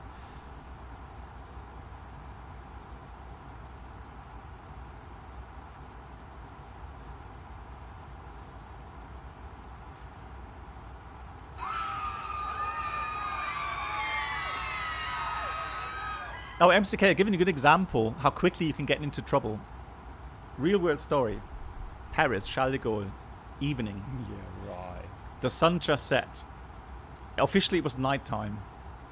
But it wasn't completely pitch dark yet. So we taxi onto the... It was like, we approached the takeoff position. The tower said, runway, I think it was 9 right. Yeah, 9 right, line up, clear takeoff. And so we line up, and while I'm lining up, I'm noticing something's wrong. Right, and I said to my first officer, "Hey, something's weird. Something doesn't look right." And he says, "Yeah, the runway lights aren't on." And I'm like, "Yeah, you're right. There's no lights on the runway. So no centerline lights, which can happen anyways, but there's no edge lights." And I say to the first officer, "Well, tell the tower." So first officer says to the tower, runway lights are not on. And the tower says, "Oh, yeah, but still, you're clear takeoff." So do you take off or not? Do you take off, or do you actually slam on the brakes and stop?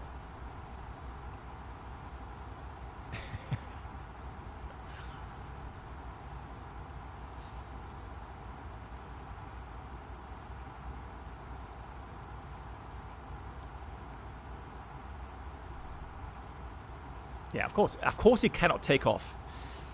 I mean, the thing is this, so strictly speaking, imagine you look outside, you can clearly visibly still see the runway, but it's officially nighttime.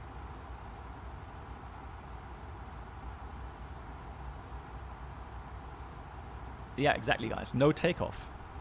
Yeah, don't do it. I can promise you one thing. What's going to happen if you take off? You're going to take off, and a couple of days later, you're going to get a call from a company. They will tell you, "Captain, we got a ATC complaint, violation report. You took off at 1823 UTC, which is strictly speaking nighttime, and you took off without runway edge lights."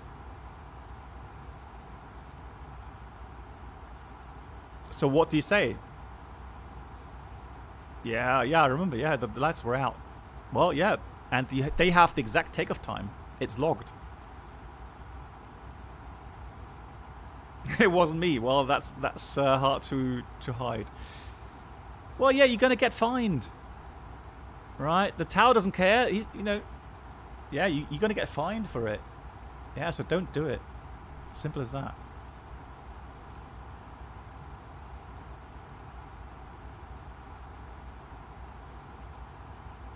Yeah, so GLX, that's a very good point. That's a very good point. Imagine if you think you're actually on the runway, so there's no runway edge lights, and the tower says, oh, yeah, I forgot to turn them on, but you cleared takeoff, you can go anyways. Well, maybe, yeah, you're not actually on the runway. Maybe you're on a taxiway, right?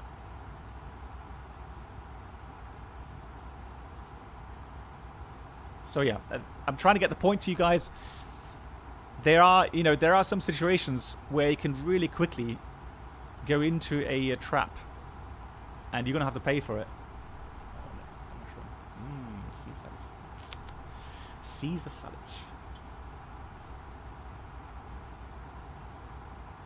Oh yeah, you guys wanna see? Caesar salad. Yum yum yum yum yum yum. Lovely. Hail Caesar. Hail Caesar salad.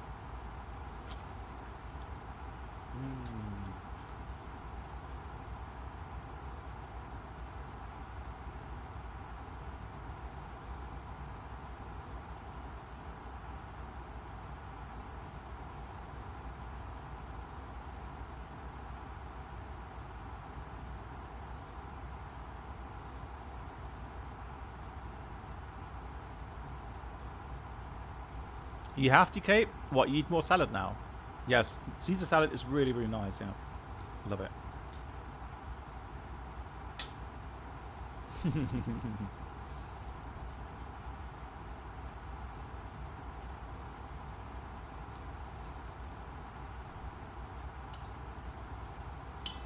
Yeah, imagine if you could beam that.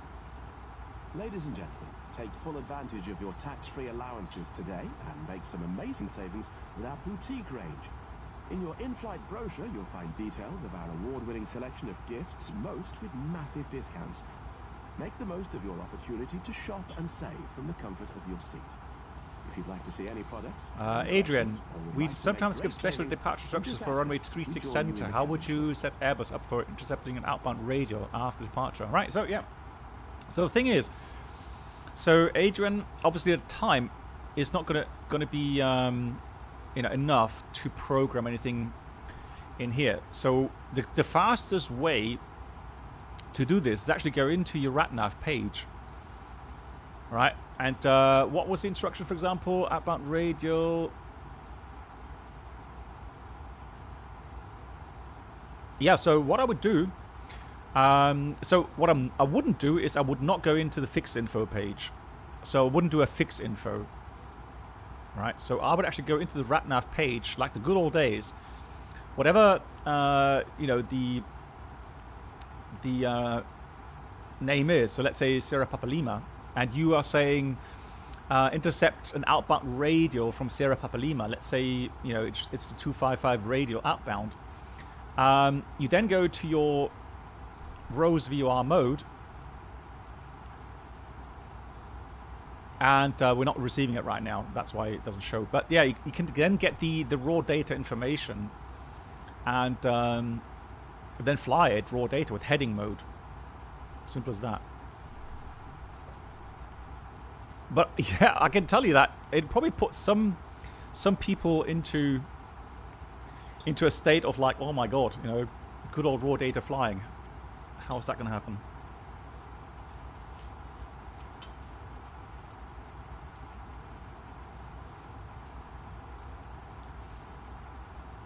Yeah, so Sierra Papa Lima, outbound radial 346. There we go. Climb maintain 60, expect radar Vectorsburg. Okay, so there we go. Yeah, so we could go runway heading, 500 feet, and then start go and intercept heading, intercept that radial.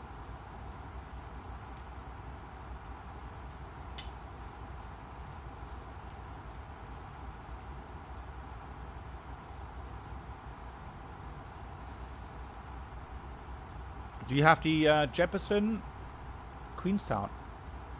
Let me just check which one I have. So we're gonna do the 05 approach. So it's not the usual approach that we do in Queenstown. So what we do is we're gonna take the RMP Zulu. Now that doesn't say. Oh, hang on, that's category Bravo. Just see. So it's Charlie Alpha. That would not be allowed for us today.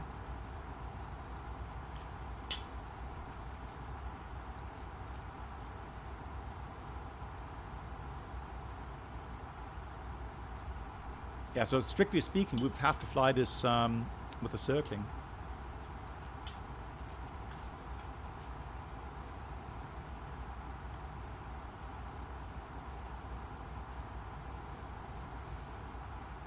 Yeah, well, strictly speaking, we would be allowed to turn below. So we would be allowed to turn from 300 feet and higher, but there's bank angle limitations if you don't have 500 feet.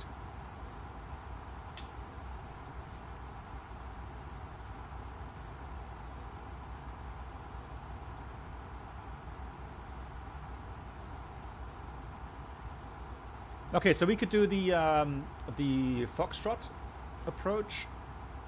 So we can't do the straight in. That's just a category Bravo aircraft, which we are not. That's we can't do. So it's the Foxtrot. Yeah. So we're going to do the RNF Foxtrot. Let's have a look. That brings us down to 4,120 feet, meaning. So that's only, how many miles is that? 8 miles, 3,000 feet, okay. That's a down.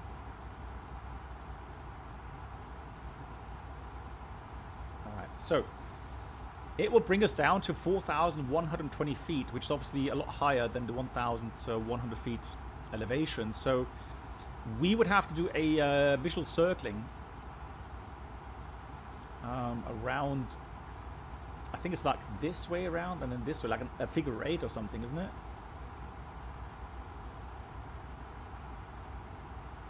Daytime use only. Yeah, so we kind of do this procedure to lose the altitude.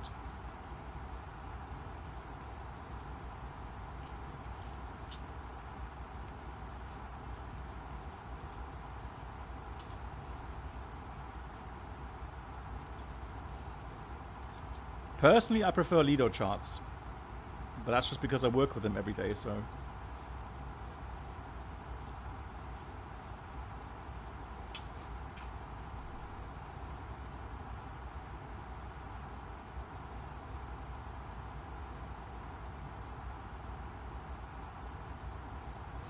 Emery, you asked, in case of radar vector approach in cold weather conditions, does agency take care of cold weather altitude corrections? Normally, yes, but that doesn't free you from checking your altitude as well. But yeah, normally they would take that into account. Yes, that would be a good question for like actually MCK knows, right?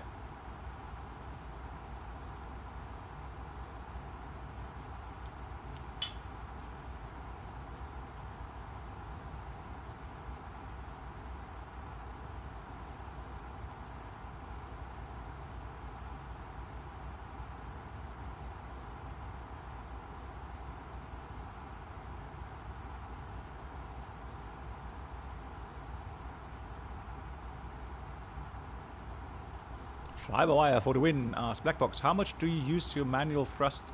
I recall you like manual thrust a lot more. No, we have it SOPs on our company. Manual flight, manual thrust. That's normal procedure for us. I know that there's airlines to do it differently, but for us, manual thrust, manual flight, manual flight, manual thrust. That's why I fly so often with these manual thrust settings.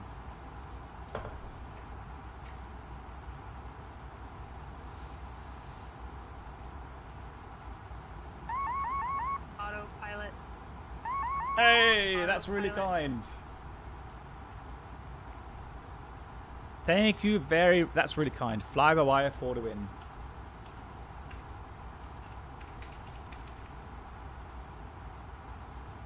Thank you so much for the $4.99. Really, really kind. Thanks for the support. Much appreciated. Yeah, so when it comes to flight simulation flying, I would say, guys, do whatever you prefer. I know, for example, when I'm doing here in the flight sim, I'm doing visual approaches or circling approaches. I quite often leave the auto thrust in because when I'm panning around the cockpit, also panning around the views, I obviously it does help if you have auto thrust engaged and you don't have to worry about the speed. Those RMP Zulu radius to fixed approaches are tracks we fly in Air New Zealand A320s. They're special Air New Zealand. Okay, so David, are you saying that you can actually fly these Zulu approaches then?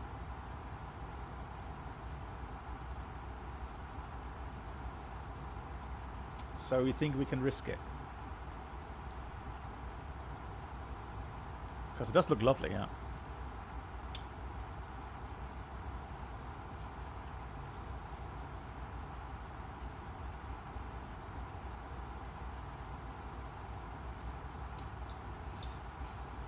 Yeah, Stepke, the landing procedure for 747 is a lot different. Correct, David? Okay, nice. Right, okay. Then we'll stick with the RMP Zulu approach then, 05. Yeah, it will be beautiful. We'll do that. Hey, Yurak. Parachute? No, there's no parachute here.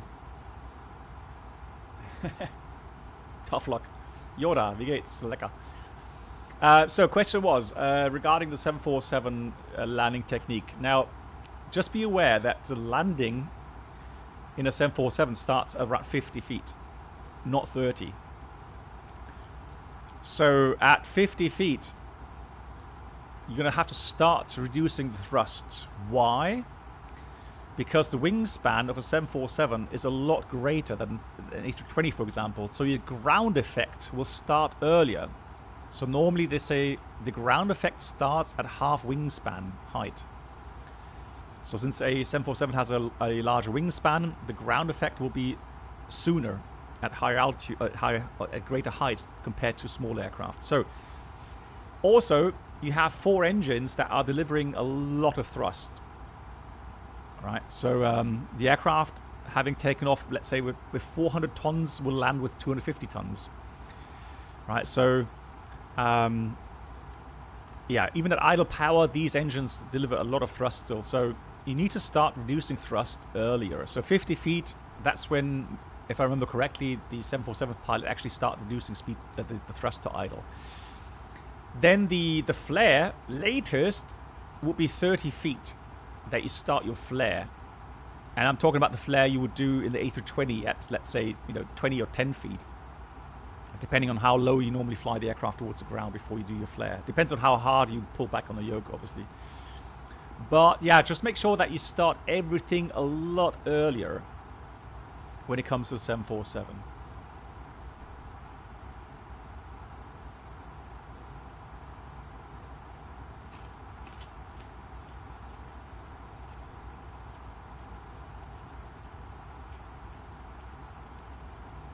MCK, trust me, there are people out there that flare at 10 feet.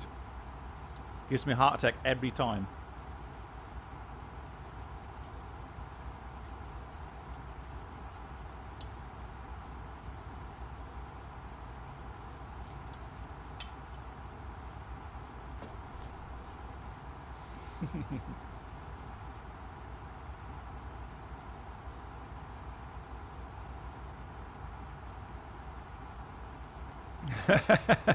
Yoda says I don't flare at all.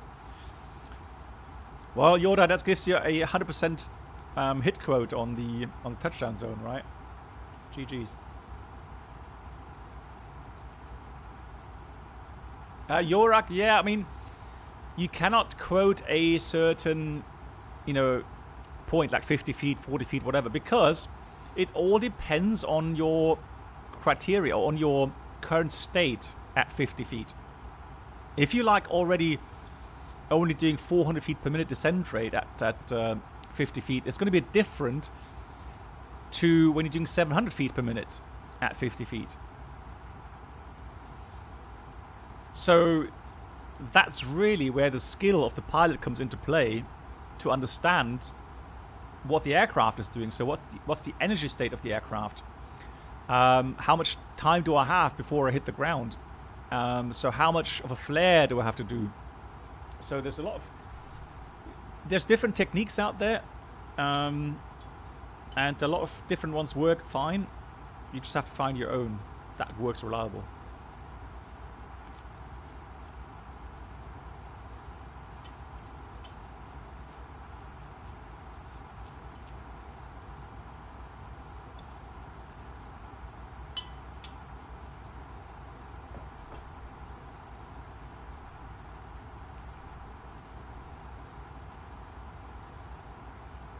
Hola, hola, amigo. Buenas noches. So, looking at our position here, we've done 3/4 of the way, which means we've got to start doing our preparations. And I've talked about it, so I'm just going to get the charts ready. Quickly going to check the routing. So, flight plan. Just make sure that we have everything in here. So we're going to be arriving via Dorvot. Fairly high. The lowest we can do is 12,100, but there's still many trek miles. So optimum path would be like 285. Then we go to Popon. We go to Updam. Now Updam is the first restriction. So we have to cross that between 15 and 24,000. The transition is in 30. So let's say flight level 150 is yeah, it's already in there. Fantastic. Okay, cool. So Updam restrictions between 15 and 150 and 240. Max speed 250. Checked. Then we've got Lade, 11,000 or above. Easy, no problem. Plans to be 15,000 there. Then we go to Avga and then to Ibabu. Now Ibabu between 10 and 12. And the aircraft plans to be there at 11,000 feet. From there, we're going to join the Arnav Zulu. Hang on, where is it? That's not Arnav Zulu. Give me Arnav Zulu, please. Approach. RNP Zulu. So, Ibabu. Nice arc approach. So, Quebec November. 577. Lowest we can do is 10,000 there. 10,000 is in. Then we go Quebec November 573. 9,200 minimum, correct. 571. 8,200, correct. Then we've got Quebec number 569 at 7,100, correct. 565 at 63. Then towards Mopka, lowest is 55, correct.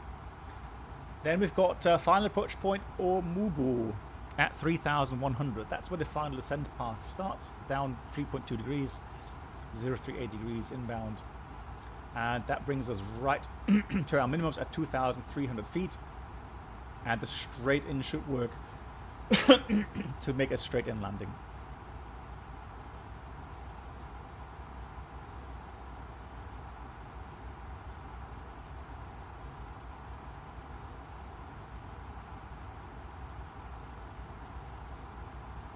Just going to check the final distance. So we've got distance of 5.6 miles, 2,000 feet. Yeah, that sounds about right. Yeah. So that should be the 3.2 degrees straight in. That's fine. Missed approach. Should anything go wrong, we go missed approach. Runway, then Quebec November 547. 552, round 556, max 150 knots, check. 560, Tunri, 878, 882, Zungu, and they're into the holding.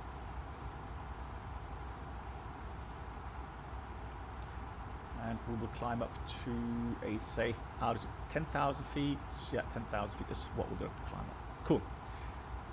Good. I will do my preparations now. So we're going to go to approach preparations.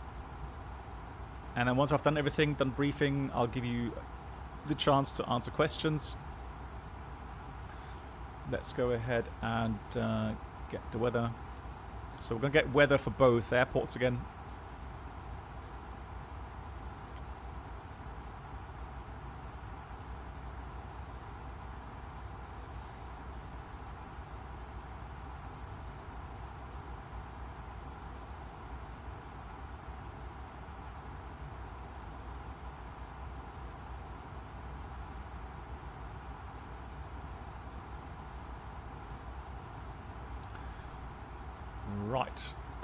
Weather. So Queenstown 050 at 3, 48 kilometers now. So still good weather. And let me enter the data here straight away. So got QNH 1022. 1022. 11 degrees, no clouds. Oh, lovely, beautiful. No clouds. 48 kilometers. And the wind 050 at 3. Beautiful weather. I hope you see lots of the terrain there. Minimums is 2,300 feet. RMP 0.3 naught, 2 miles. 2300. We'll do config full approach. Landing distance available. Ooh, it says that's 1,700 feet. 1,700 feet available. Let's try. The thing is, so this is the problem with the FSLabs. If you do your calculations, right? So medium would be 1699, and you have available 18. How can you have 1829 available if the runway is only 1777? How is that possible? Have they increased the landing distance available in the meantime? Yeah, right. Hold on. Hold on. Let's see what I have. No, I don't have any infos on that. Right, so if I go into taxi, airport info continued, we get the official data. Oh, look at that. Takeoff distance. You see, that's a problem. That's a takeoff distance is 1839.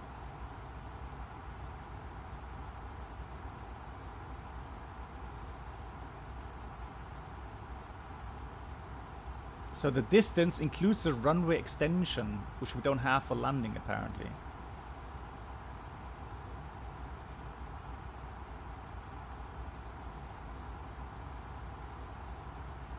Yeah, we have a display threshold, so we can't use that. So it's going to be 1777 meters. So we can't use 1800 something. All right, 1777. So strictly speaking, medium would still be good. And if you do max manual braking, 1338. So we'll go with automatic medium. Legal it is. We can use it.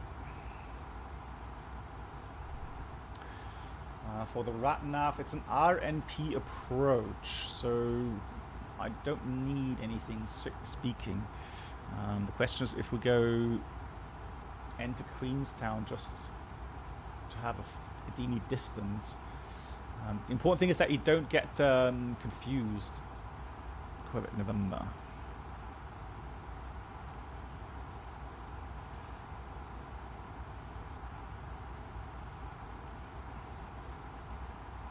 There we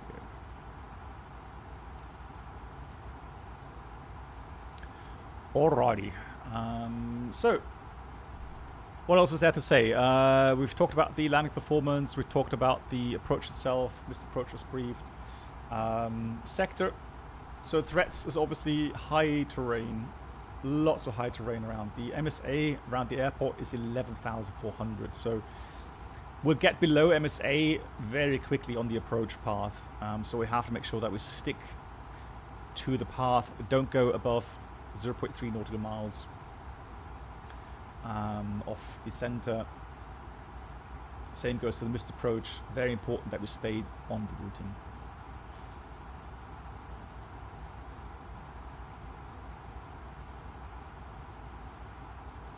What we're doing now.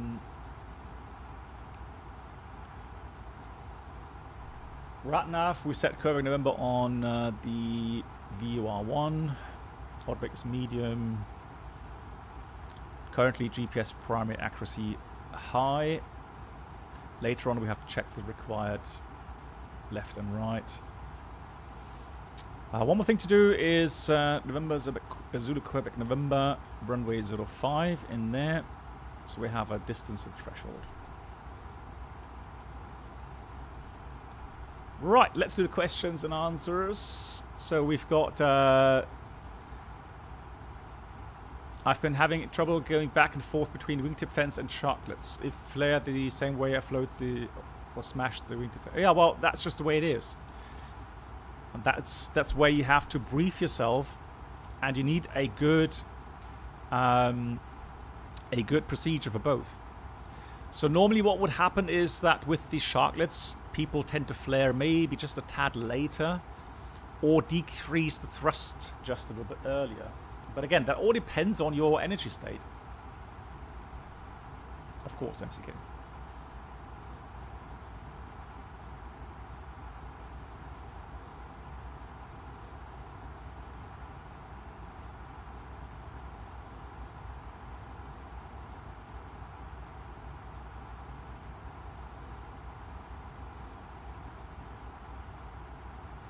So it all comes down to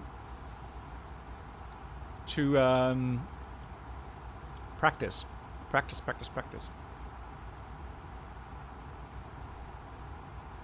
Did it really? Hang on. What did I do? Hold on.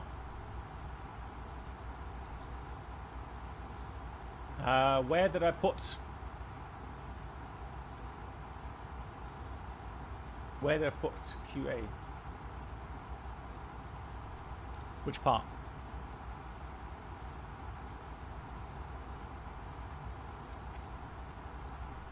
I'm confused. Oh, on the website. Ah.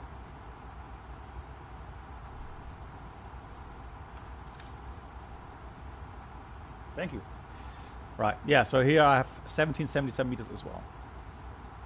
Right, so same info. Cool. Yeah, one thing we can mention still is that we have to do backtrack. There's only an exit available for the jets at Alpha 4 or Alpha 3, so we have to do a backtrack.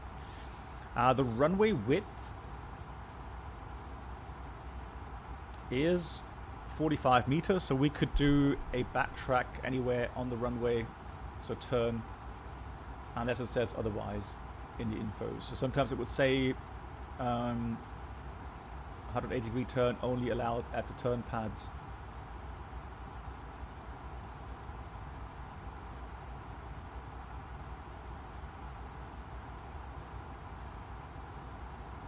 No. Don't see it anywhere here, so we should be good.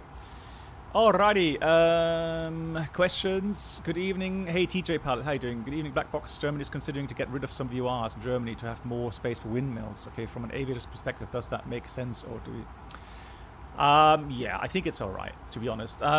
It's been proven that the GPS system, so it's a non-military GPS system, has become very reliable.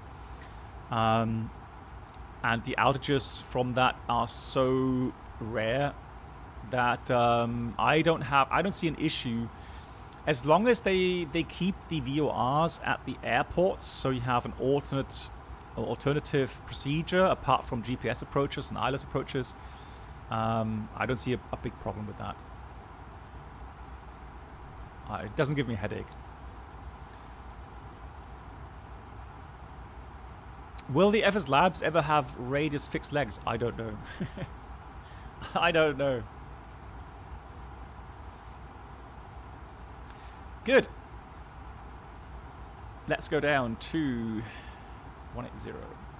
Thrust island descent, up blue, 180.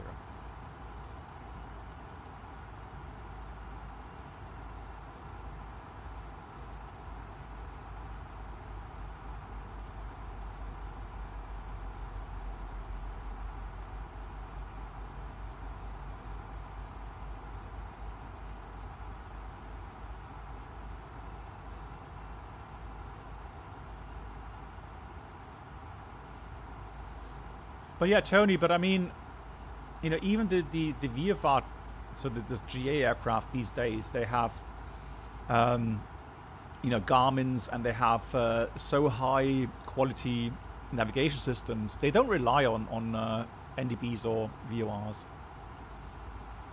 Oh, no solar wings, all good. Oh, look at that. Oh yeah, beautiful. See some of the mountain tops coming through here. Gorgeous.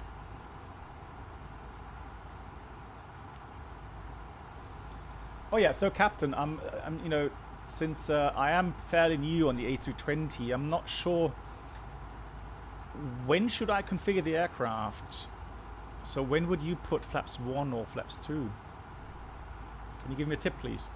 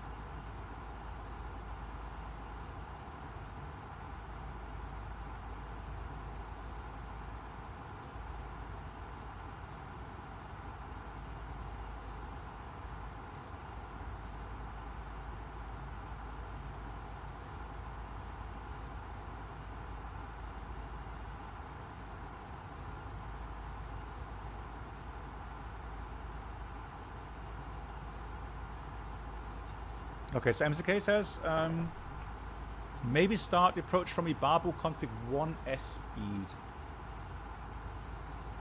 Okay. Yeah. And then maybe 3,000 feet above airport level, you can select config 2 and start reduction. And that will be, hang on, it will be 3,000 feet, that's about 4,100.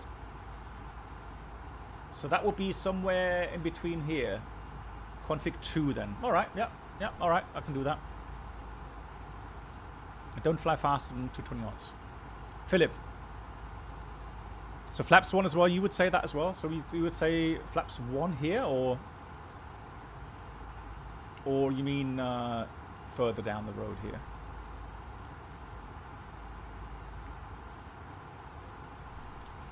Pilsner, we got a special aircraft. Special aircraft with special permission.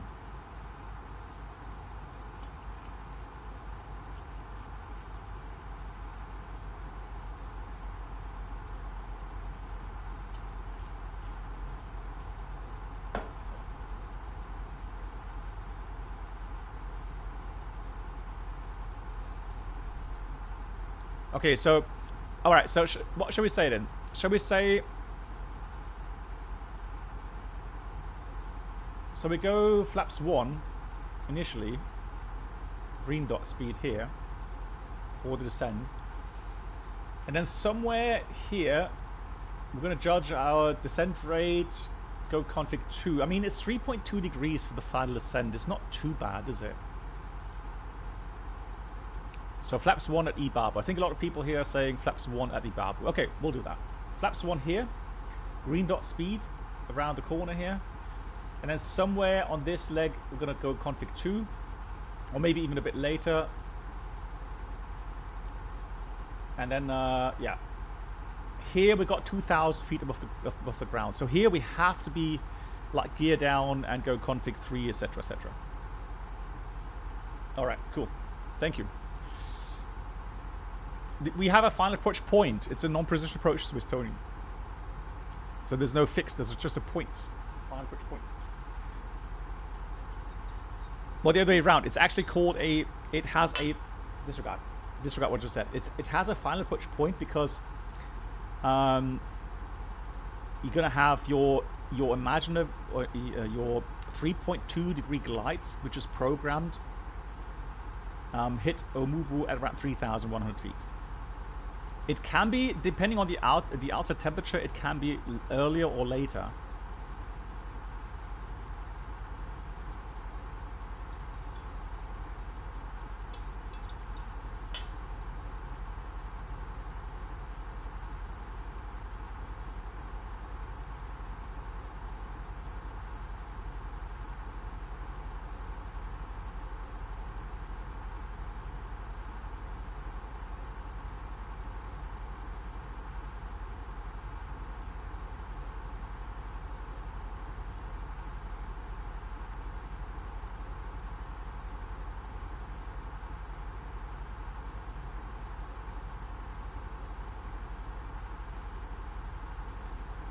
Wow, look at that. Beautiful, as Mark would say.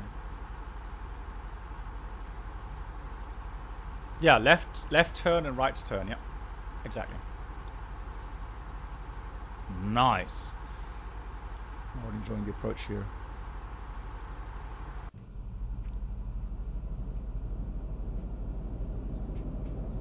Yeah, this side is nicer.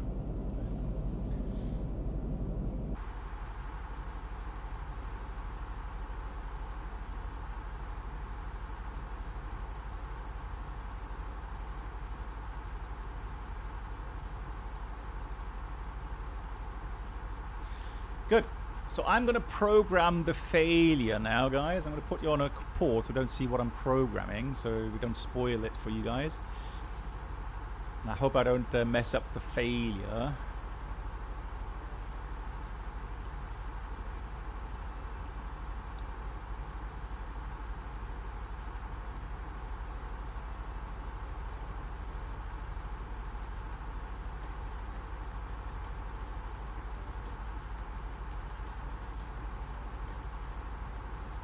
Right.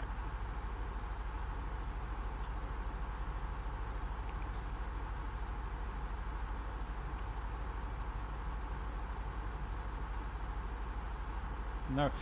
So the radius to fix is a track over ground that the aircraft will follow, and the aircraft, in order to fly the radius to fix, so be able to maintain a certain radius around a point where the fix is originating from, the aircraft will vary its bank angle. So it does continuous bank angle, if you like.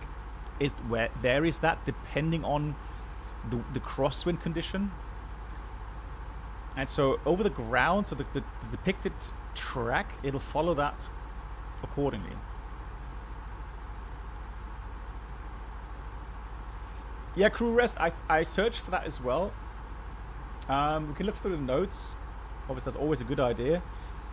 So for operators with the Civil Aviation Authority New Zealand RMP AR approval only, we have that. Radius fix required, we have that. we simulate having that. So caution, aerodromes around about mountainous terrain. Caution number 4, VFR aircraft may be operating without reference to ATC.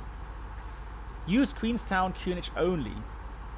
Number 6, approach not authorized when airport temperature below -10 degrees. Well, we don't have that today. Or above 35 degrees Celsius, wouldn't have that either. So we're within the temperature range. Operator speed restrictions may apply. PARP use at night only to be used when established on the runway center line between decision altitude and threshold due to terrain. An RMP 1, less than 1 required in missed approach. Very important. So missed approach, climb at VGA. So current speed to 4,000. At 4,000, accelerate to 150 knots. Remain flaps 15. Lol, we don't have flaps 15. And do not exceed 150 knots until Quebec November 556. And at above 6,000 feet. Right, yeah, we'll fulfill all that.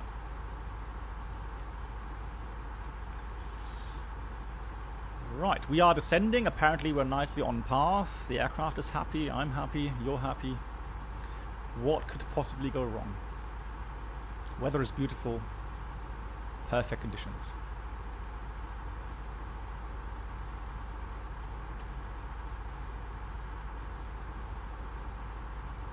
Well, crew rest, to be honest, for us, we would always have, if there are actually speed limitations, they would be noted on the chart.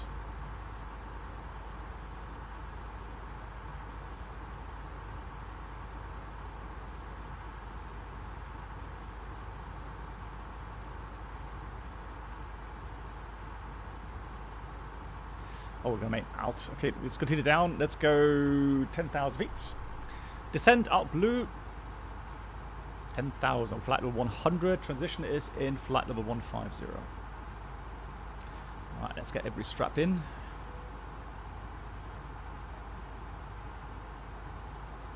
Wow, that's a steep turn. That kind of gives me a vertigo.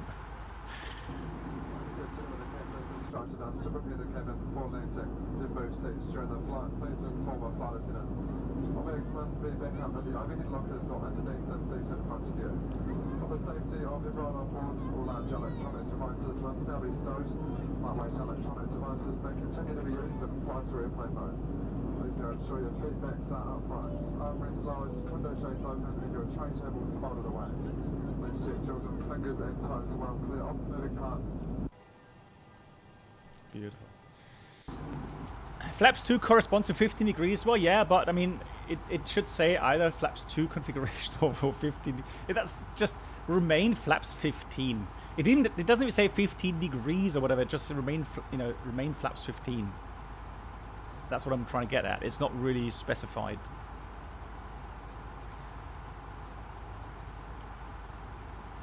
Yeah, exactly. Yeah, MZK, the gradient.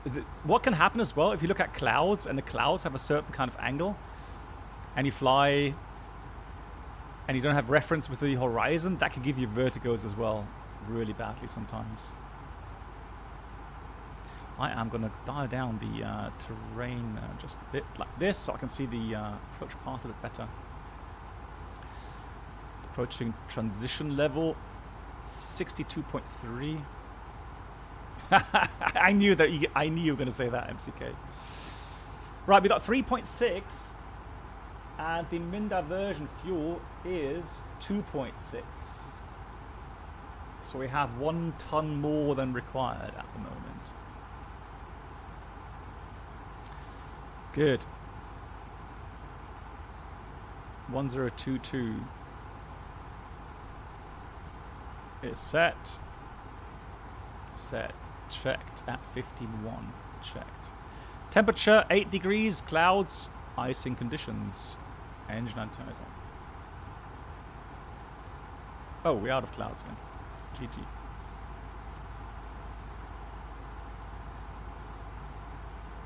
Yeah, you can see that valley there. Beautiful. And so that's the valley in front of Ibabu.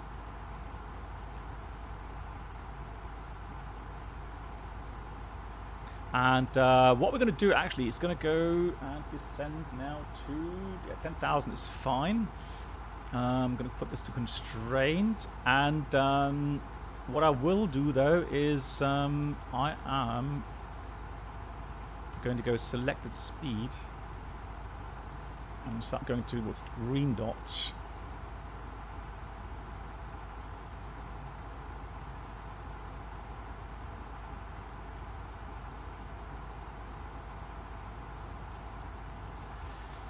Is it realistic to always have turbulence over mountains? Well, no, not really. It depends on different variations, like, you know, the temperatures.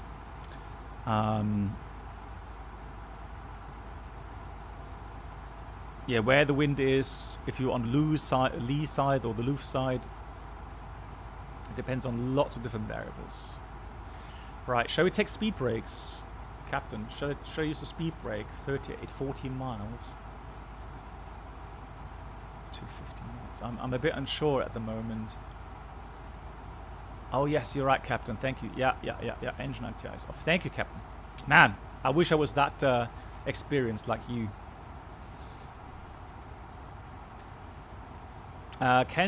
Can't tell from any sim, but are the ADF off VOR FCU switches pulled? Yeah, they are little. They have little notches, so you do have to pull them out just a tad. You can't just simply flick them left or right. So in real life, so you have to pull them out a bit. Yeah. Speed brake. Right. Actually, we're good, aren't we? Green dot. Let's go flaps 1. Right, flaps 1. Speed is checked. Below 20,000 feet. Fantastic. Flaps 1. Oh, now you tell me, Captain. You tell me too late. You did this on purpose. You need to tell me sooner. Yeah, like, you know, I'm failing you. You have to tell me that.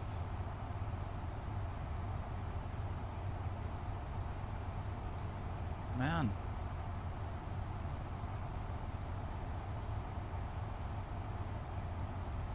Yeah, well, we would have had to be below 12,000 there. Only MCK, so he told me too late. all right, let's continue. So 10,000. Actually, now we can go and dial in the final approach altitude, which is 3,100 feet. 3,100 feet is set, but we've got magenta 92 now. Well, the aircraft says it's high in the profile. Captain, what do we do? 2,000 feet high. Shall we go flaps 2?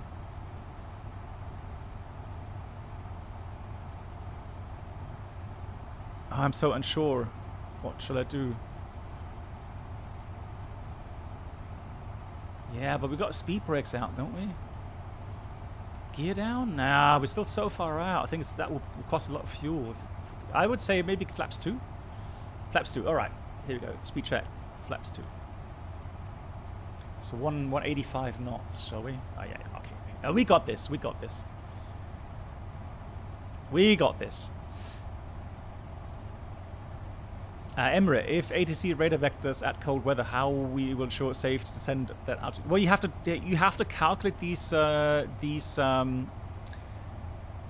limitations yourself. The ATC will make sure, when they have their minimum radar vectoring altitudes, they will make sure that they apply the cold weather correction as well. But you need to make sure that you adhere to all of your restrictions.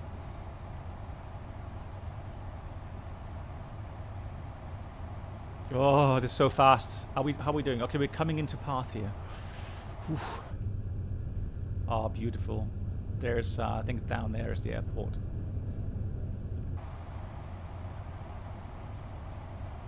Nah, the thing is with open, I would not do that because these are minimum altitudes. I hate to go open descend. I'd rather just do this. We've still got some track miles, so we're coming into path. I think we're good. I think we're good. So speed brakes back in, out start, out constrained start, I should say. Speed brakes are back in. Fuel check. 3.7. Okay, we're good on fuel. Oof, I think we made it. I think we're good. Flaps 2 was the key. Thank you. Thank you, Captain.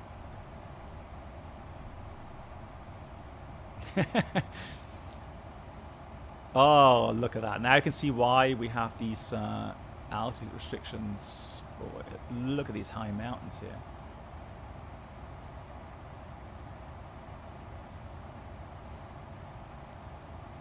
Yeah, open descent. Look, if you do open descent, it does not respect the programmed restrictions. You have to be careful with that. You would have to dial down all the time on your FCU, all those step down altitudes. Otherwise, it will bust them with open descent. Whew. I'm sweating. I am so excited. Man, but I can see Captain. I can see I'm kind of already a bit tunnel visioned. So maybe it's a good idea if you do your announcements a bit louder. Right, you commands, just in case I get too tunnel visioned and I don't hear. Oh, landing lights. Yeah. You're right. Thank you. All right, so here we go. I'm going to put this to approach sterile, yes, but I am still going to.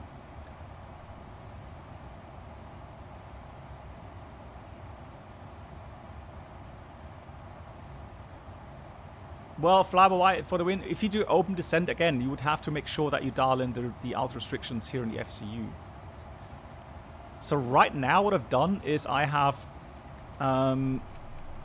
I've dialed down the final approach point altitude, 3,100 feet, and I'm flying this in managed descent. So it does respect all the restrictions as long as I'm in managed descent. Solid wings. Much better, solid wings. Much, much better. Right. Okay, so are we still good? Oh, hang on. Got the runway. Are we still good? I think so. Captain, are we good? Man, I'm so nervous.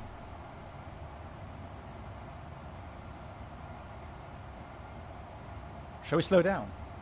Yeah, we'll slow down, shall we? All right, let's go 160. Yeah. Speed 160. I think speed 160 is a good idea. Yeah.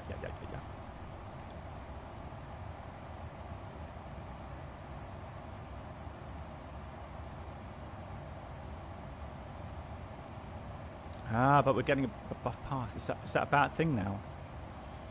So the approach phase is activated because we have VDEF now showing. Whew. I'm happy that we've got good visuals today, Captain. I'm happy that we can see the mountains. Otherwise, I would be really worried. So 5.5. Can we still make the 3.1? Yeah, we can still make the 3.1, I think.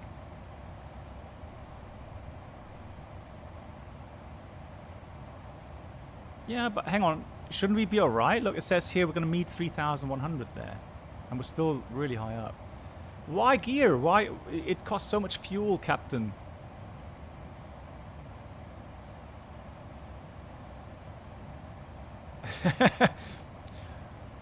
Oh man, you guys are really strict. Oh, but hang on, but look at these mountains. It's the first time into Queenstown. Gorgeous.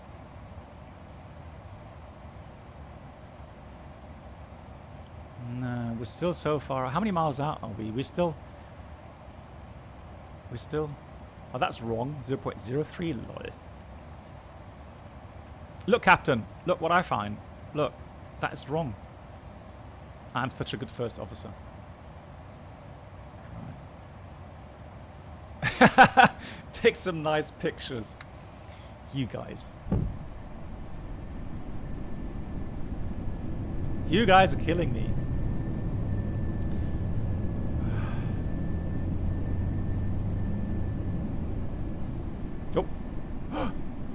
Oh, thank. Oh, Captain, I just thought the landing gear wouldn't come down. Oh, that had me worried for a moment there. Mayday. What? Why? Right. Yeah. Oh, I can see the runway. I think, Captain. Look, Captain.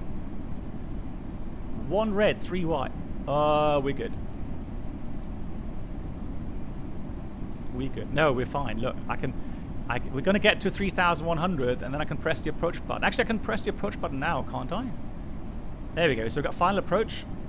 Speed. 2,500. Right, let's continue. Flaps 3. Speed is checked. Flaps 3. Captain. Captain. Oh, no. Oh, flaps locked. Captain, what do we do? Captain, you need to help me. What do we do? I knew, Avenger, I knew someone was going to... Can we continue, Captain? Can we fly? Can we go? What?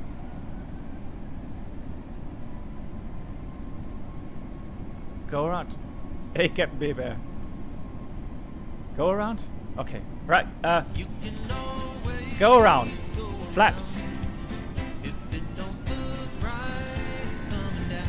Manual flight.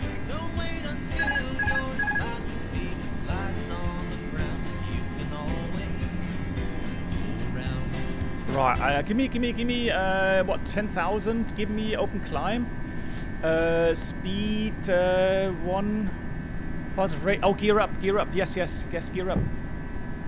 Positive rate. Oh, I'm so nervous. Right, what, lever climb. Oh my god. Oh Oh my god, speed to 100. Okay, speed to 100. And flaps 2. Flaps 2. Guys, I think is 200 safe? Why is that still set out final? What kind of a stupid thing is that? Lol. Heh? Out final? Doesn't make sense. FSLabs. I think we need to go a bit slower, shall we not? Let's keep 190, I would suggest. 180. Okay, 180 it is. Right, so we are flying the missed approach. Approach nav. That's still wrong as well. What's happening?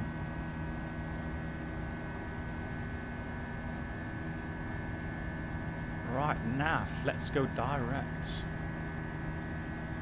Let's go direct to that waypoint. Let's do the missed approach, shall we?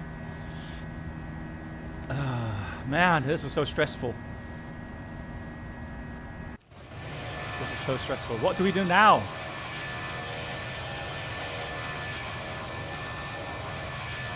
What shall we do?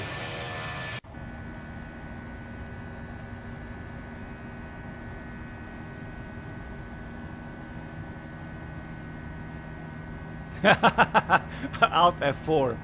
Aldemico. Seriously? Lol. Right. QH. Okay. So the captain says do the procedure. Okay. ECAM actions. Flight control. Flaps locked. Wingtip brake on. Max speed 200. Okay, 200. Alright. Clear flight control. Clear flight control. Status. Hold stop procedure. So quick foredeck. Ah, finally someone has the right. Yes, exactly. 150 knots. Pilsner. Finally somebody catches it. Exactly, 150 knots. That's 10 out of 10 for Pilsner. Like it. I love how I was going like, oh, what speed shall I fly? What speed? And everyone's going like 200, 180. No, 150. It says in the missed approach. Exactly. Right, GG's. Cool. So reaching 10,000 feet. Marpex, yeah, welcome. Good. Fuel, 3,300. So, let's go read through the status. Maybe we find something interesting there. There's no reset. Okay, let me ask this. With the wingtip brake on, is there anything we can do to get the flaps moving again?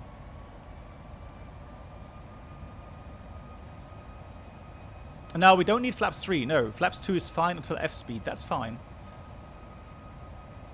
Nah, okay. Yeah, so no. Wingtip brake on means it measured an asymmetry or a runaway flap or something else, an issue. It locked the flaps. They're not going to move in the air. The maintenance crew on the ground, they can release the wingtip brake. We can't. There is no way we're going to get the flaps moving again. Slats, yes, but not flaps. Okay? No reset possible. Approach procedure. For landing, use flaps 3. GPWS flap mode off. Okay, we can use a flap mode already then. Flap mode off. There it is. Approach speed, VREF plus 10. Well, we have to check our LAPA module anyways for that. Landing distance, please apply. Roger, increase fuel consumption. Okay, guys. I will give you the facts. Since you are such good captains, you already took out your landing performance calculator. And you determined a landing distance required, config 3, approach speed 147. So we ref, it says 132. Let's do activate approach phase. Config 3. Here it says 135. So 150 is our approach speed then. 150. Landing distance required. Manual in-flight 1,300, factored 1,500. That's the required landing distance. Yeah, you can put you could still put the slats to 3. Yeah. It does, so the calculator takes that into account. So I've told them to have the flaps at 2 or less, but slats are working, so I've entered that failure. But the slats will move to 3.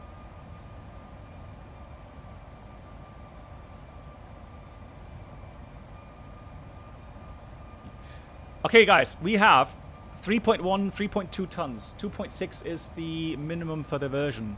What do we do? Do we divert or do we land at Queenstown? What options do we have? Right, shall we try to speed up? Yeah, we can speed up a bit.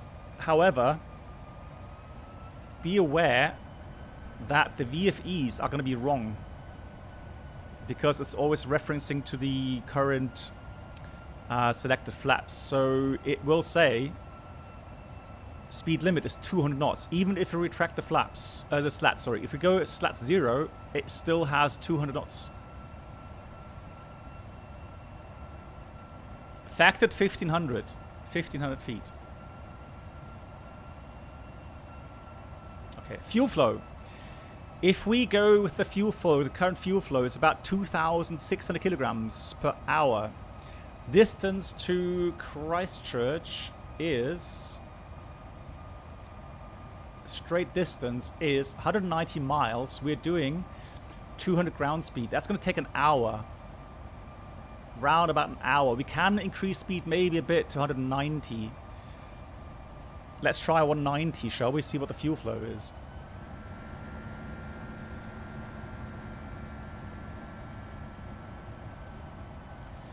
What's Christchurch have as landing runways? Let's have a look. So Christchurch has this layout. So it has a runway 3,300 meters, 0220, and the weather was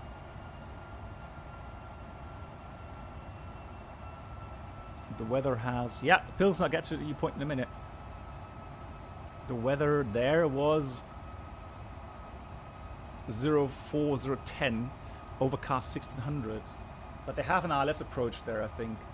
So we would have to shoot runway 02. 02 has an ILS DME, but only cut 1 minimus. That's the facts I can give you. Right, so right now we're doing 190 steady. That's 230 knots ground speed. We've got a bit tailwind. So I would argue we need about, well, 50 minutes, 45 minutes flight time. Current fuel flow, 2.4 tons an hour. So we would burn 2 tons. We'd reach Christchurch 1,000 kilograms.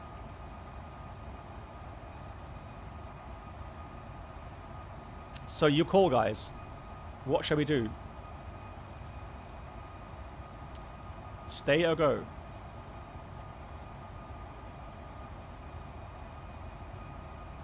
Well, first, to be honest, passengers all nice. I'm sorry that they're worrying, but right now we have to make a very important decision right now.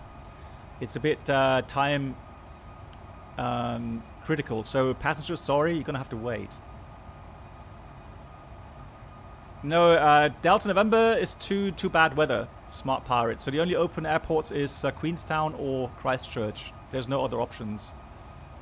No, Dunedin, we can't. The weather is too bad there. No go.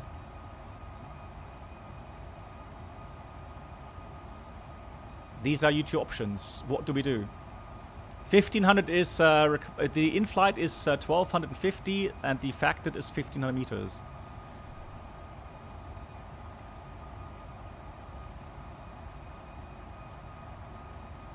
So here we have enough fuel for 2 more approaches.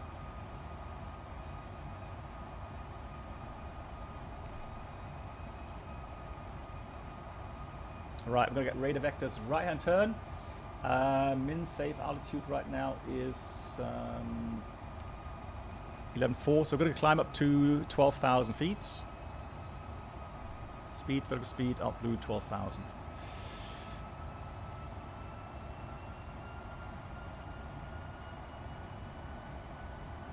Think of the children. Right. Okay. So I would say if you divert to an airport that, well, right, the weather is all right, it's stable, but you're going to reach that with 1,000 kilograms. That's 500 kilograms in each tank. That is not a lot. You would have to, if you did that, you would have to straight away declare Mayday fuel.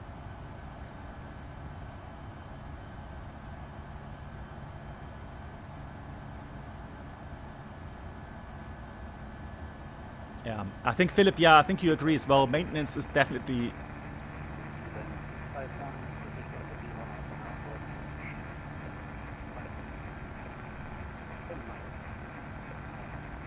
Land in Queenstown. Alright guys, so we're going to land in Queenstown. So 1,000 feet to go. So let's have a look at the approach again. Let's enter the approach again. Arrival Zulu. Approach via Ibabu insert. Let's have a look. Let's go direct to Ibabu again.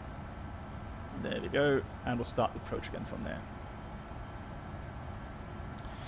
So, now that we've got the approach inserted, it gives me a new estimate of 2.6 tons, which sounds about, well, maybe a bit optimistic, but I would argue if we do the approach now, we will come down to minimums with about an hour of remaining flight time. So I would say, yeah, we can do that. Right, anyways, we've got some more stuff to do. So we have to do the following. So we're gonna have to do a checklist. Let me just get it out for you guys. Since we don't have an ECAM checklist, we're gonna go with a QRH checklist.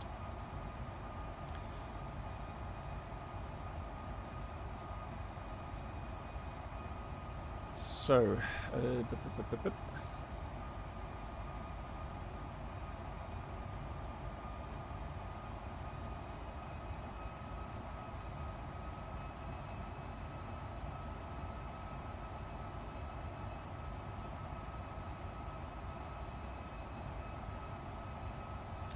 right, so it says landing with slats flaps jammed, or slats or flaps jammed. Landing distance procedure applied. We've done that. 1,500 meters factored. Repeat the following until landing configuration is done. Right, so that's the procedure regarding slowdown. So speed, select VFE next -5.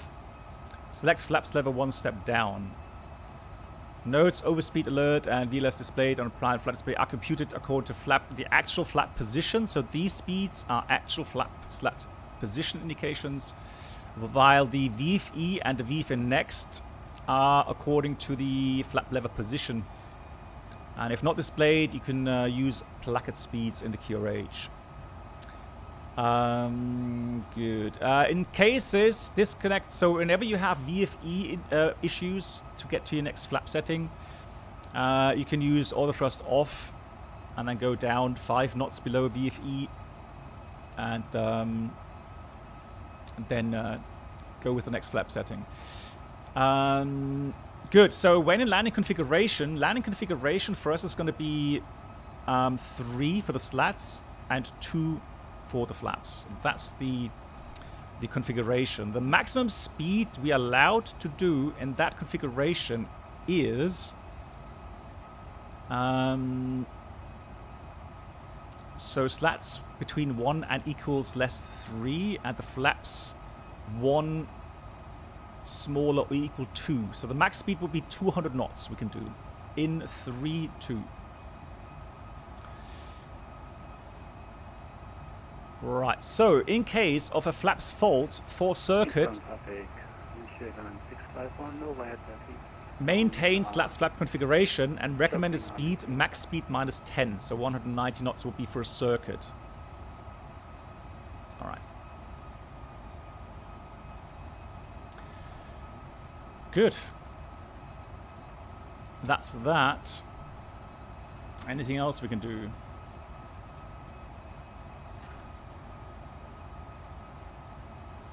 Right. So the abnormal briefing, is anything we should consider regarding abnormal configuration here?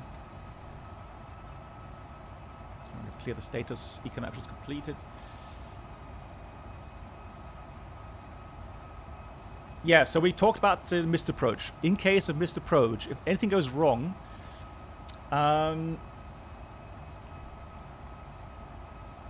then we will go around max speed 190 knots. It'll be gear up. We're going to retract the slats to 2. And that will remain there. Brakes. Yeah, we got... So automatic medium would be not suitable today. So we would have to go max manual braking. Right, so... I'm going to keep medium initially, so that when I do feel the jolt, I know, oh yes, I have to go max manual braking, right? We don't need flaps full in case of evacuation. We have slides at the wings. Not like the 737, Adrian. We don't have that issue. Right, let's start slowing down here. Gear down as late as possible, okay?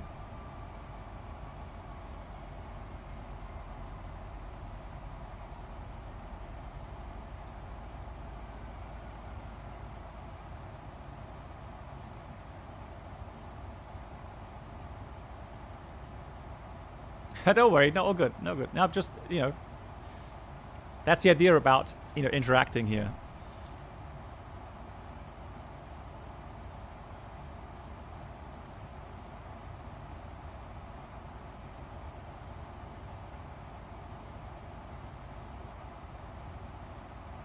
Okay, I'm just going to go through my normal checklist here, the expanded checklist. So flag control, flaps fault or locked. We had flaps locked. So let's go down 10,000, descend up blue, 10,000 feet, connection 1022. Max speed, we've done that, max 200 knots. Flap lever recycle if not locked. Well, it is locked, so since it's locked, we don't recycle the flap lever. If flaps extended, which is the case, fuel consumption increased, FMS prediction unreliable, but yeah, that's it. Oh, he's, we need to call in. Okay, here's Mayday traffic. Air New Zealand,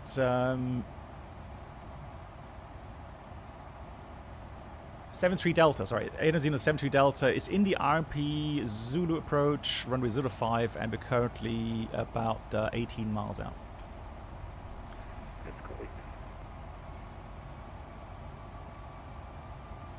So we did do the slats flap scan procedure apply, we did that.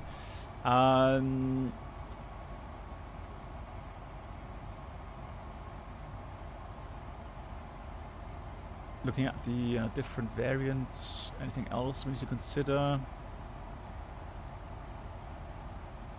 Alright, no, nothing really. Fuel consumption increased.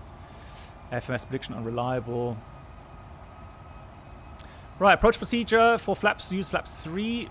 If the flaps are less than 3, which is the case. Right, let's go down 3,100. So we got descend up magenta 3,100. And we got, so out magenta, currently 9,200. Yeah, Danny, we just notified them. Good, so flaps using flap 3. And GPWS flap mode, if flaps less than 3 off, we've done that. Approach speed, we've done the procedure regarding 150 knots, we said, according to LAPA. 150 is set for the approach. Done our calculations. Landing distance procedure applied. And that's it. Cool. Good. So the normal procedure or normal briefing remains the same. There's no changes to the approach as briefed before. Just going to slow down a bit more now. 175.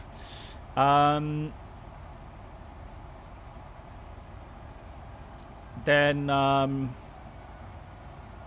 We're a bit faster, 150 knots, but not too bad. I would say another thing to brief is the pitch attitude. Right, we may have a slightly different pitch attitude, although the slats will be out fully. Flaps are at 2. Normally in flaps 2 configuration, the pitch will be a bit higher, which will be, in this case, obviously not normal, but not unusual in that flap configuration. We're going to have a positive touchdown. We're not going to grease this, guys. We're going to be making sure that we don't waste... you said pitch... I'm sorry, I didn't read that, MCK. My bad. Good point. Good thing, MCK. I know, right? You're pro pilot. Yeah, we're not going to mess about with greasing the aircraft. You know, do a greaser. We're going to put the aircraft down if it's a bit harder than it is. Max manual braking. We can use full reverse.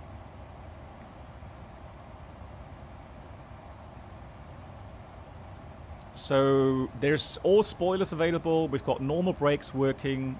We've got full reverse working. And that's why the landing distance required isn't really that much more.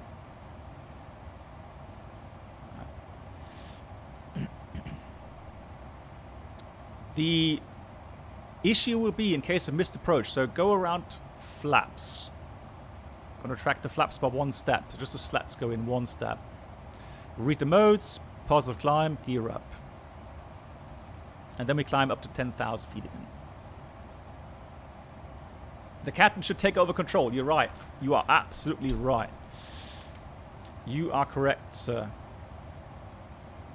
So.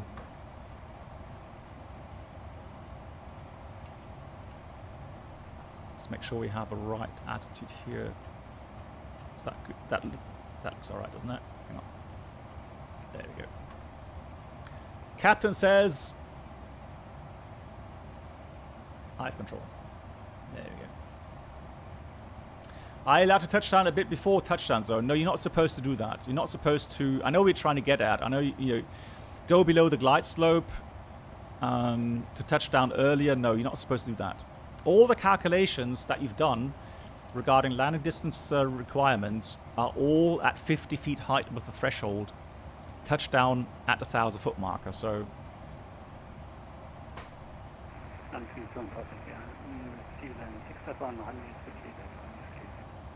Thank you much for the call. Air New Zealand 73 Delta is on a 15 miles final for the RNP approach at Queenstown.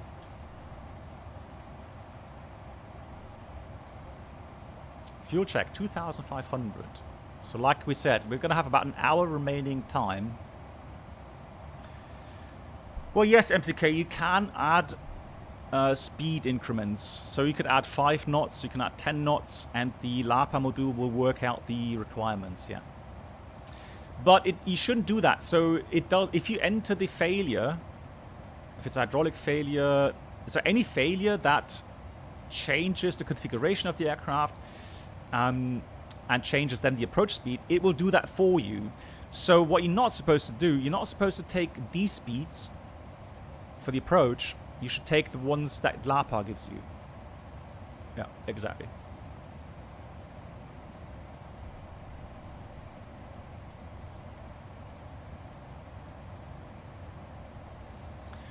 Right, so talked about the missed approach, normal landing, abnormal landing.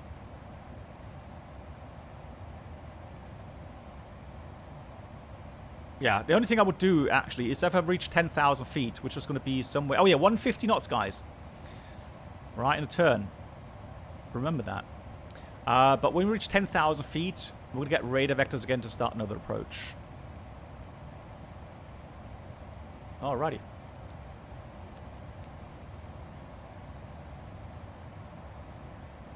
So... Yeah, still a bit early to lower the landing gear.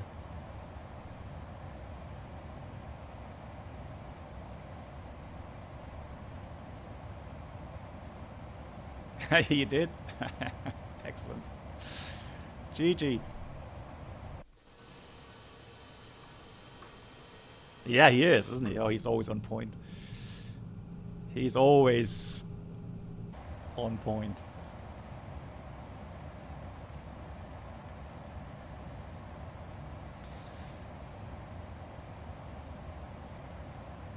So I would also say, if we flare for more than, let's say, 3 seconds, so 21, 22, 23 will go around as well. Right, cool. So I'll be concentrating on landing now. Gear down.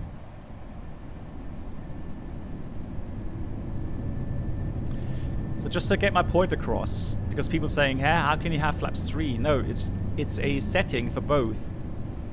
So when you put the flap lever to 3, the flaps remain locked, but the slats will go into the 3 position. So flaps 3, speed is checked. Flaps 3.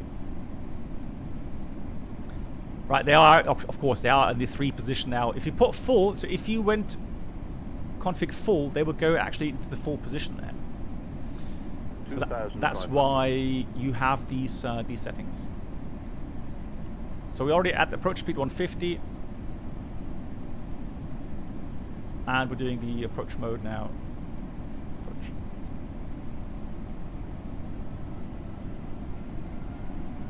Final approach. Here comes 10,000 meters approach altitude set.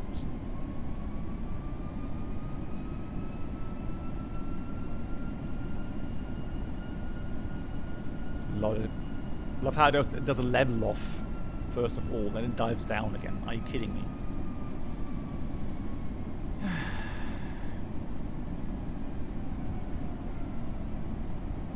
Very smooth autopilot, very smooth operation here. I like it. Landing checklist, incoming landing, no blue. Status, just check one more time. Checked, removed.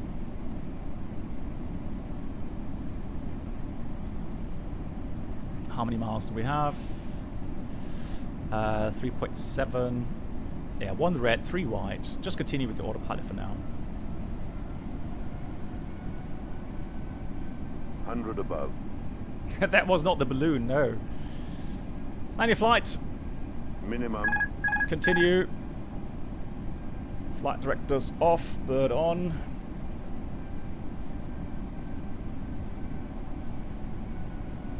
And let's do manual thrust as well. 1,000. 1,000 checked.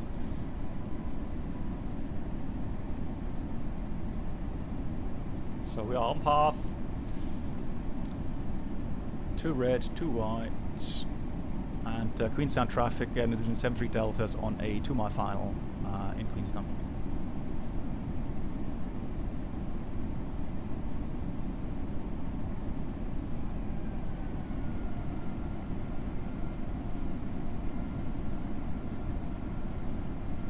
$500.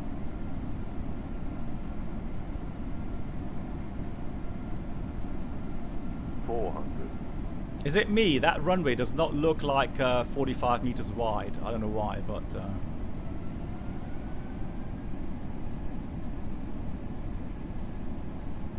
that looks weird. 100. 30. 20. Retard. 5. Alright. As I said, a bit harder. Right, reverse. We've got spoilers, decel, full reverse, max manual braking. And you can see now, max manual braking, what that does. Now that's how Look where we actually come to a standstill. So that's a difference between the calculated and the actual landing distance.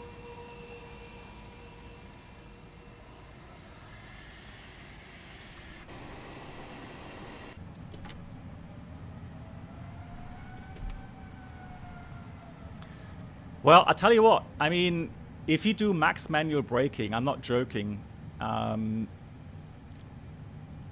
you come to a standstill so fast, it's really scary. You have no idea how powerful these brakes are. Yeah, very likely. So this will be non-standard, where I would say brake fans on before the 5 minutes.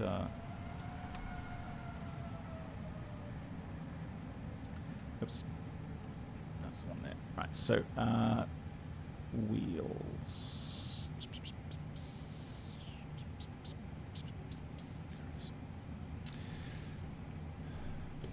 And fuel, by the way, we've got fuel 2.4 tons almost.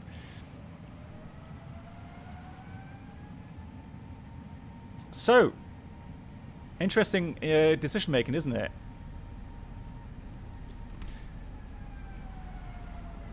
So the question now is, so imagine you would have that failure, just like this, in real life. And you landed now at Queenstown. You're happy that you've you know, if you landed the aircraft safely. I mean, yeah, it's going to have to be repaired. But now comes the investigation. So now you're going to have to file your report because you declared emergency. And yeah, so there's going to be an investigation. You know, you're going to have to explain what you did, why you did it, and good night, black box.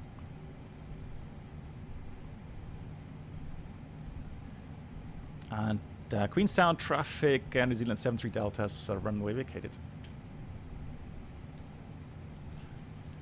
That is not static, is it? No, that's an add-on. DC6, lovely. Really nice.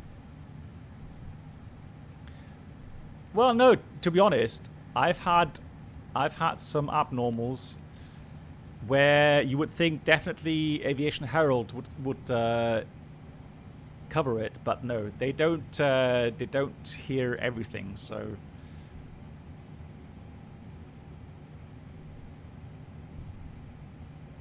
I know, right? So the smart pilot, I would have thought that's not 45 meters width.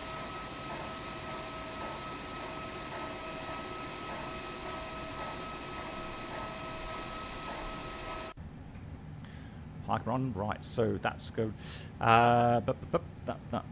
Obviously my first officer, we've done all those things. We're gonna leave the flaps as they are.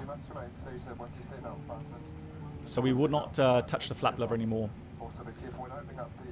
We'll leave that to the maintenance.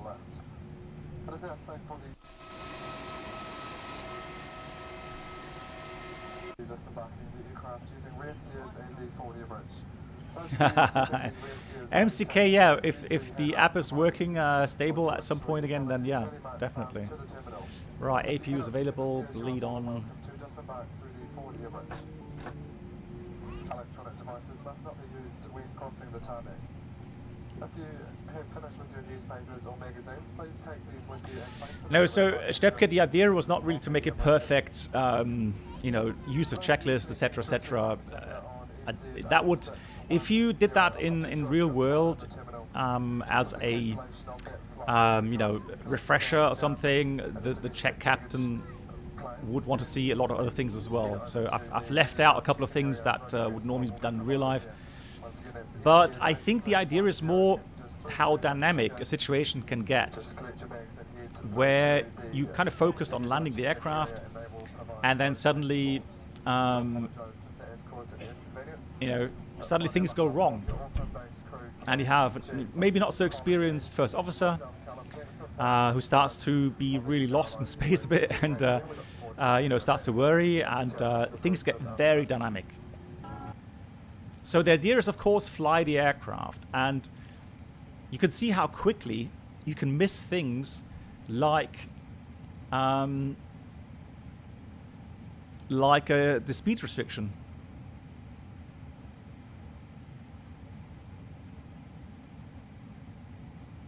All right, so 150 knots, it said, for the missed approach, and that's important. That is actually really, really important. Right.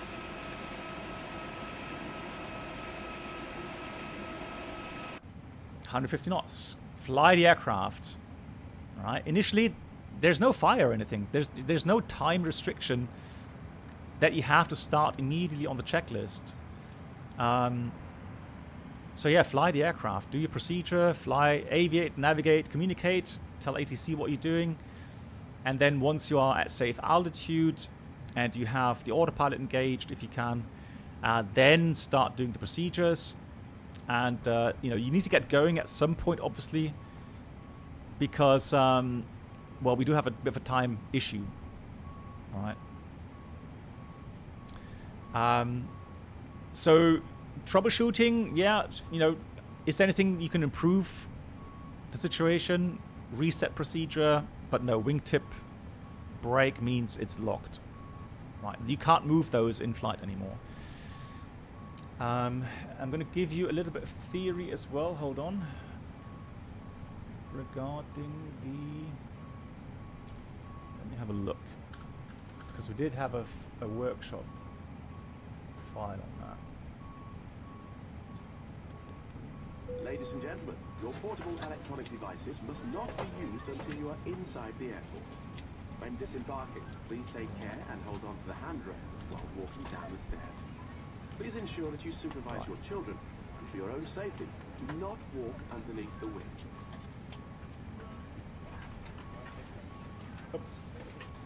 So, quick run through the important things here regarding... why isn't that PDF showing? PDF.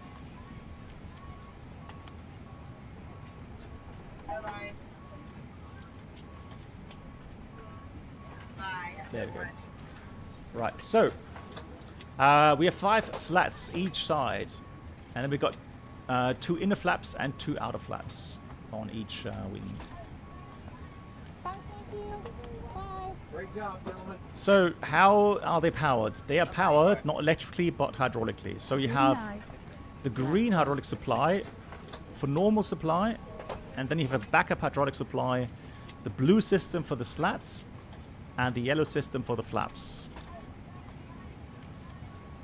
MCK, thanks for taking part. Yeah, thanks for all the good inputs. Glad you enjoyed it. So how is it being done? So you got, for example, the slats, blue hydraulic with the valve block, a motor, power on brake. You've got the green system, same thing, and the slat power control unit. Differential gearbox, and mechanically then these slats are driven into place. Same for the flaps. You have flaps PCU, valve blocks, motors, and the power off brakes. So if there's any...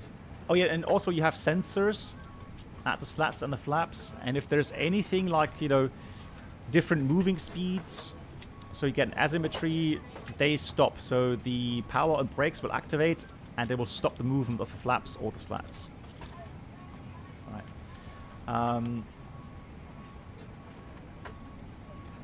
So that's the different indications. One more thing regarding flap movement logic.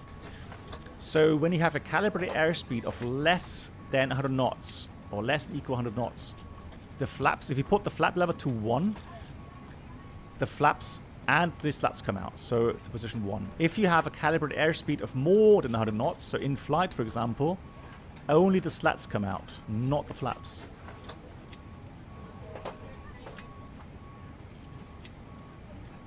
So that's all really I want to say here regarding that.